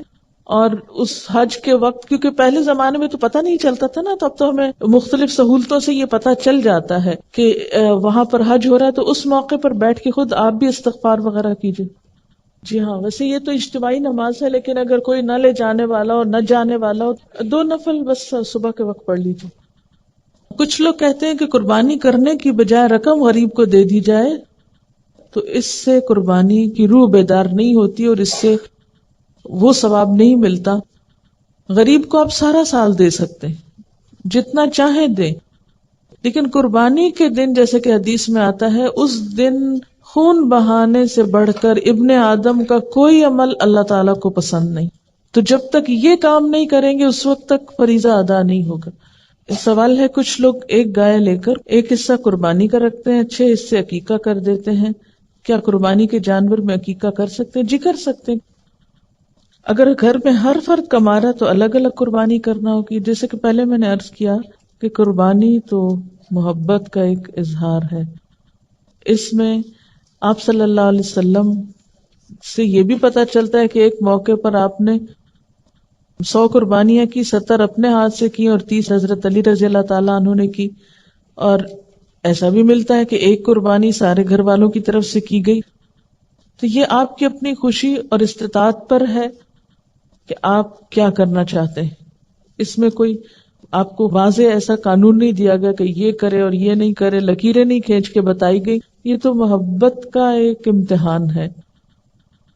نبی صلی اللہ علیہ وسلم کے نام سے قربانی کرنے کے علاوہ دوسرے انبیاء کے نام سے بھی کر سکتے ہیں، یا صحابہ کرام کی طرف سے بھی کر سکتے ہیں، پوری امت کی طرف سے بھی کر سکتے ہیں. یعنی ایک میں بہت سارے بھی شریک ہو سکتے ہیں. اللہ کی رحمت بہت وسیع ہے، اس کے لیے کچھ مشکل نہیں. پھر یہ سوال ہے کہ جس دن سعودی عرب میں 10 ذی الحج ہوتی ہے اس دن یہاں 9 ذی الحج ہوتی ہے، تو کیا ہم روزہ رکھیں؟ جی اس لیے کہ رمضان میں آپ کیسے روزہ رکھتے ہیں؟ اپنے حساب سے کہ وہاں کے حساب سے. پھر کسی نے لکھا ہے کہ کسی کے اوپر اگر 4 لاکھ کا قرضہ ہے تو پہلے قرضہ ادا کرے یا قربانی کرے. فتویٰ تو آپ کو یہ کہتا ہے کہ پہلے قرضہ ادا کریں، لیکن ہم نہ تو قرضہ ادا کرتے ہیں اور نہ قربانی کرتے ہیں. بلا ضرورت بعض اوقات قرضے لے کے اپنے اوپر رکھتے ہیں، زکوٰۃ سے بچنے کی کوشش کرتے ہیں، قربانی سے، اللہ کی راہ میں خرچ کرنے سے. اب یہ بھی دیکھنا پڑے گا قرضہ آپ نے کس لیے لے کر رکھا ہوا ہے. بات پھر وہی ہے جس سے میں نے شروع کیا تھا کہ ابراہیم علیہ السلام کو جب اللہ تعالیٰ نے حکم دیا تھا کہ بیٹے کو قربان کرو تو انہوں نے یہ کہا تھا یا اللہ اتنے بڑھاپے میں بیٹا ملا ہے، اب پھر تو کہتا ہے کہ اس کو قربان کر دو، کیسے کروں؟ اور اتنے دن دیکھا نہیں کیونکہ چھوٹا ہی تھا تو چھوڑ کے آ گئے اس کو مکہ میں اور خود واپس چلے گئے. کئی سال کے بعد واپس آئے، جب بچہ بڑا ہو گیا دیکھ کے دل باپ کا خوش ہوا ہوگا، اتنے عرصے بعد ملاقات ہوئی. کیونکہ یہ جو بچوں کی ٹین ایج ہوتی ہے نا، جب بچے بڑے ہو رہے ہوتے ہیں تو ماں باپ کو بہت محبت ہوتی ہے اپنے بچوں سے. تو اتنے دنوں کے بعد اگر آپ خود سوچیں کہ اگر آپ کئی سال بعد اپنے بچے کو دیکھیں اور آپ کو یہ حکم ملے کہ اس کو ذبح کر لیں، تو ہم میں سے تو میرا خیال ہے کوئی تصور میں بھی نہیں لا سکتا. چھوٹے سے بچے کو چھوڑ کے گئے تھے کہ جب وہ ایڑیاں رگڑنے والا تھا جسے زمزم نکلا تھا، پھر چلے گئے اللہ کی راہ میں، پھر واپس اتنے عرصے کے بعد آئے، دیکھا اس کو دل خوش ہوا. تو اللہ تعالیٰ نے کہا تھا نا والذین آمنوا اشد حبا للہ، اللہ تعالیٰ نے ابراہیم علیہ السلام کو اپنی محبت کے لیے خالص کیا ہوا. تو بیٹے کی محبت جو ہی آئی تو امتحان لے لیا، اس کو دے دو میرے رستے میں. دیتا ہوں. تو یہ جو محبتوں کا امتحان ہے، قل ان کان آباؤکم وابناؤکم وعشیرتکم، اصل ایمان کیا ہے کہ اللہ کی خاطر انسان سب کچھ قربان کر سکے. کیا عورت خود قربانی کر سکتی ہے؟ اگر ہمت ہے تو کر کے دیکھیے، منع تو نہیں ہے، لیکن ایک دن کریں گے اور کئی دن تک یاد رکھیں گے، اتنا آسان نہیں ہے. ساری فیملی باہر رہتے ہیں، یعنی یورپ میں رہتے ہیں، ان کی قربانی کے پیسے میں غریب رشتہ دار اور ڈرائیور کو دے دیتی ہوں تاکہ یہ زیادہ سے زیادہ گوشت استعمال کر سکے. کیا یہ صحیح ہے؟ بس میک شور کہ وہ قربانی کرتے ہوں، وہ اس سے کچھ اور نہ خریدتے ہوں. ٹھیک ہے، قربانی کے پیسوں سے قربانی کا جانور ہی خریدنا چاہیے.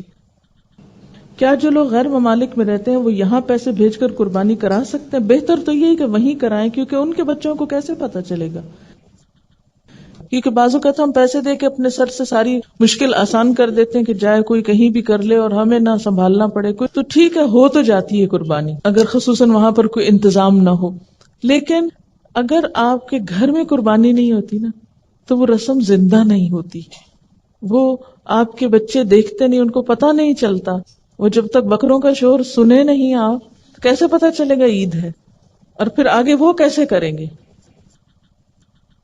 کیا قربانی کا گوشت نان مسلم ماسی وغیرہ کو دے سکتے ہیں؟ جی دے سکتے ہیں. اس میں قربانی ایک دفعہ ہو گئی، پھر کسی کو بھی کھلا سکتے ہیں آپ. کیا عورتیں بھی چاند دیکھنے کے بعد بال اور ناخن وغیرہ نہ کاٹیں؟ جی ہاں. کسی نے لکھا ہے کہ کیا ایک قربانی کے جانور کے لیے ایک سے زائد مردہ رشتہ داروں کی طرف سے قربانی ہو سکتی یا ہر ایک کے لیے الگ الگ کرنا ہوگا؟ آپ دیکھیے کہ اگر آپ میں استطاعت ہے تو ہر ایک کے لیے الگ بھی کر سکتے ہیں، اور اگر نہیں ہے تو ایک میں سب کی نیت کر سکتے ہیں. ٹھیک ہے، کیونکہ آپ صلی اللہ علیہ وسلم نے پورے گھر والوں کی طرف سے ایک بکری بھی کی ہے. ٹھیک ہے نا. اچھا، ایک اور بڑی اہم چیز کی طرف توجہ دلائی گئی ہے کہ آج کل جو لوگ جوش و خروش سے قربانی کرتے بھی ہیں وہ بھی عموماً اس کی اصل روح بھولے ہوئے ہوتے ہیں. ان کی ساری توجہ اس طرف ہوتی ہے کہ سب سے زیادہ شاندار جانور لائیں، یعنی دوسروں کے مقابلے میں زیادہ شاندار جانور ہو، اسے خوب سجائیں، سب کو دکھائیں. دیکھیے کہ اگر قل ان صلاتی و نسکی و محیای و مماتی للہ رب العالمین، جب تک اللہ کے لیے نہ ہو اور اللہ تعالیٰ کو، تو نہ ان بکروں کی شکلیں دیکھنی ہے، نہ ہمارے کوانٹٹی اور اس کی کوالٹی کو دیکھنا ہے. بس ایک معقول حد میں اگر ہم اخلاص کے ساتھ وہ قربانی کرتے ہیں بغیر کسی ریاکاری اور دکھاوے کے، تو انشاءاللہ تعالیٰ وہ کہیں زیادہ بہتر ہے بنسبت اس کے کہ ہم دکھاوے میں لاکھ روپیہ لگائیں. عشرہ ذی الحج میں پڑھی جانے والی تکبیرات، یعنی پہلے 10 دنوں میں پڑھی جانے والی تکبیرات: اللہ اکبر اللہ اکبر لا الہ الا اللہ واللہ اکبر اللہ اکبر وللہ الحمد. اچھا، اس کے علاوہ ایک اور تکبیر ہے: اللہ اکبر کبیرہ والحمد للہ کثیرہ وسبحان اللہ بکرۃ واصیلا. اللہ اکبر کبیرہ، اللہ بہت بڑا ہے، بہت ہی بڑا.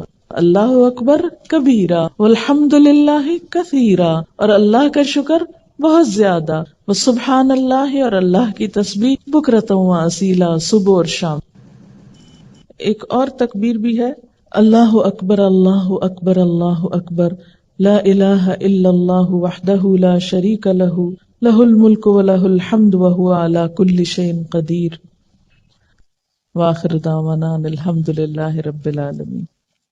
سبحانک اللہم و بحمدک نشہد ان لا الہ الا انت نستغفرک و نتوب الیک۔ والسلام علیکم ورحمۃ اللہ وبرکاتہ۔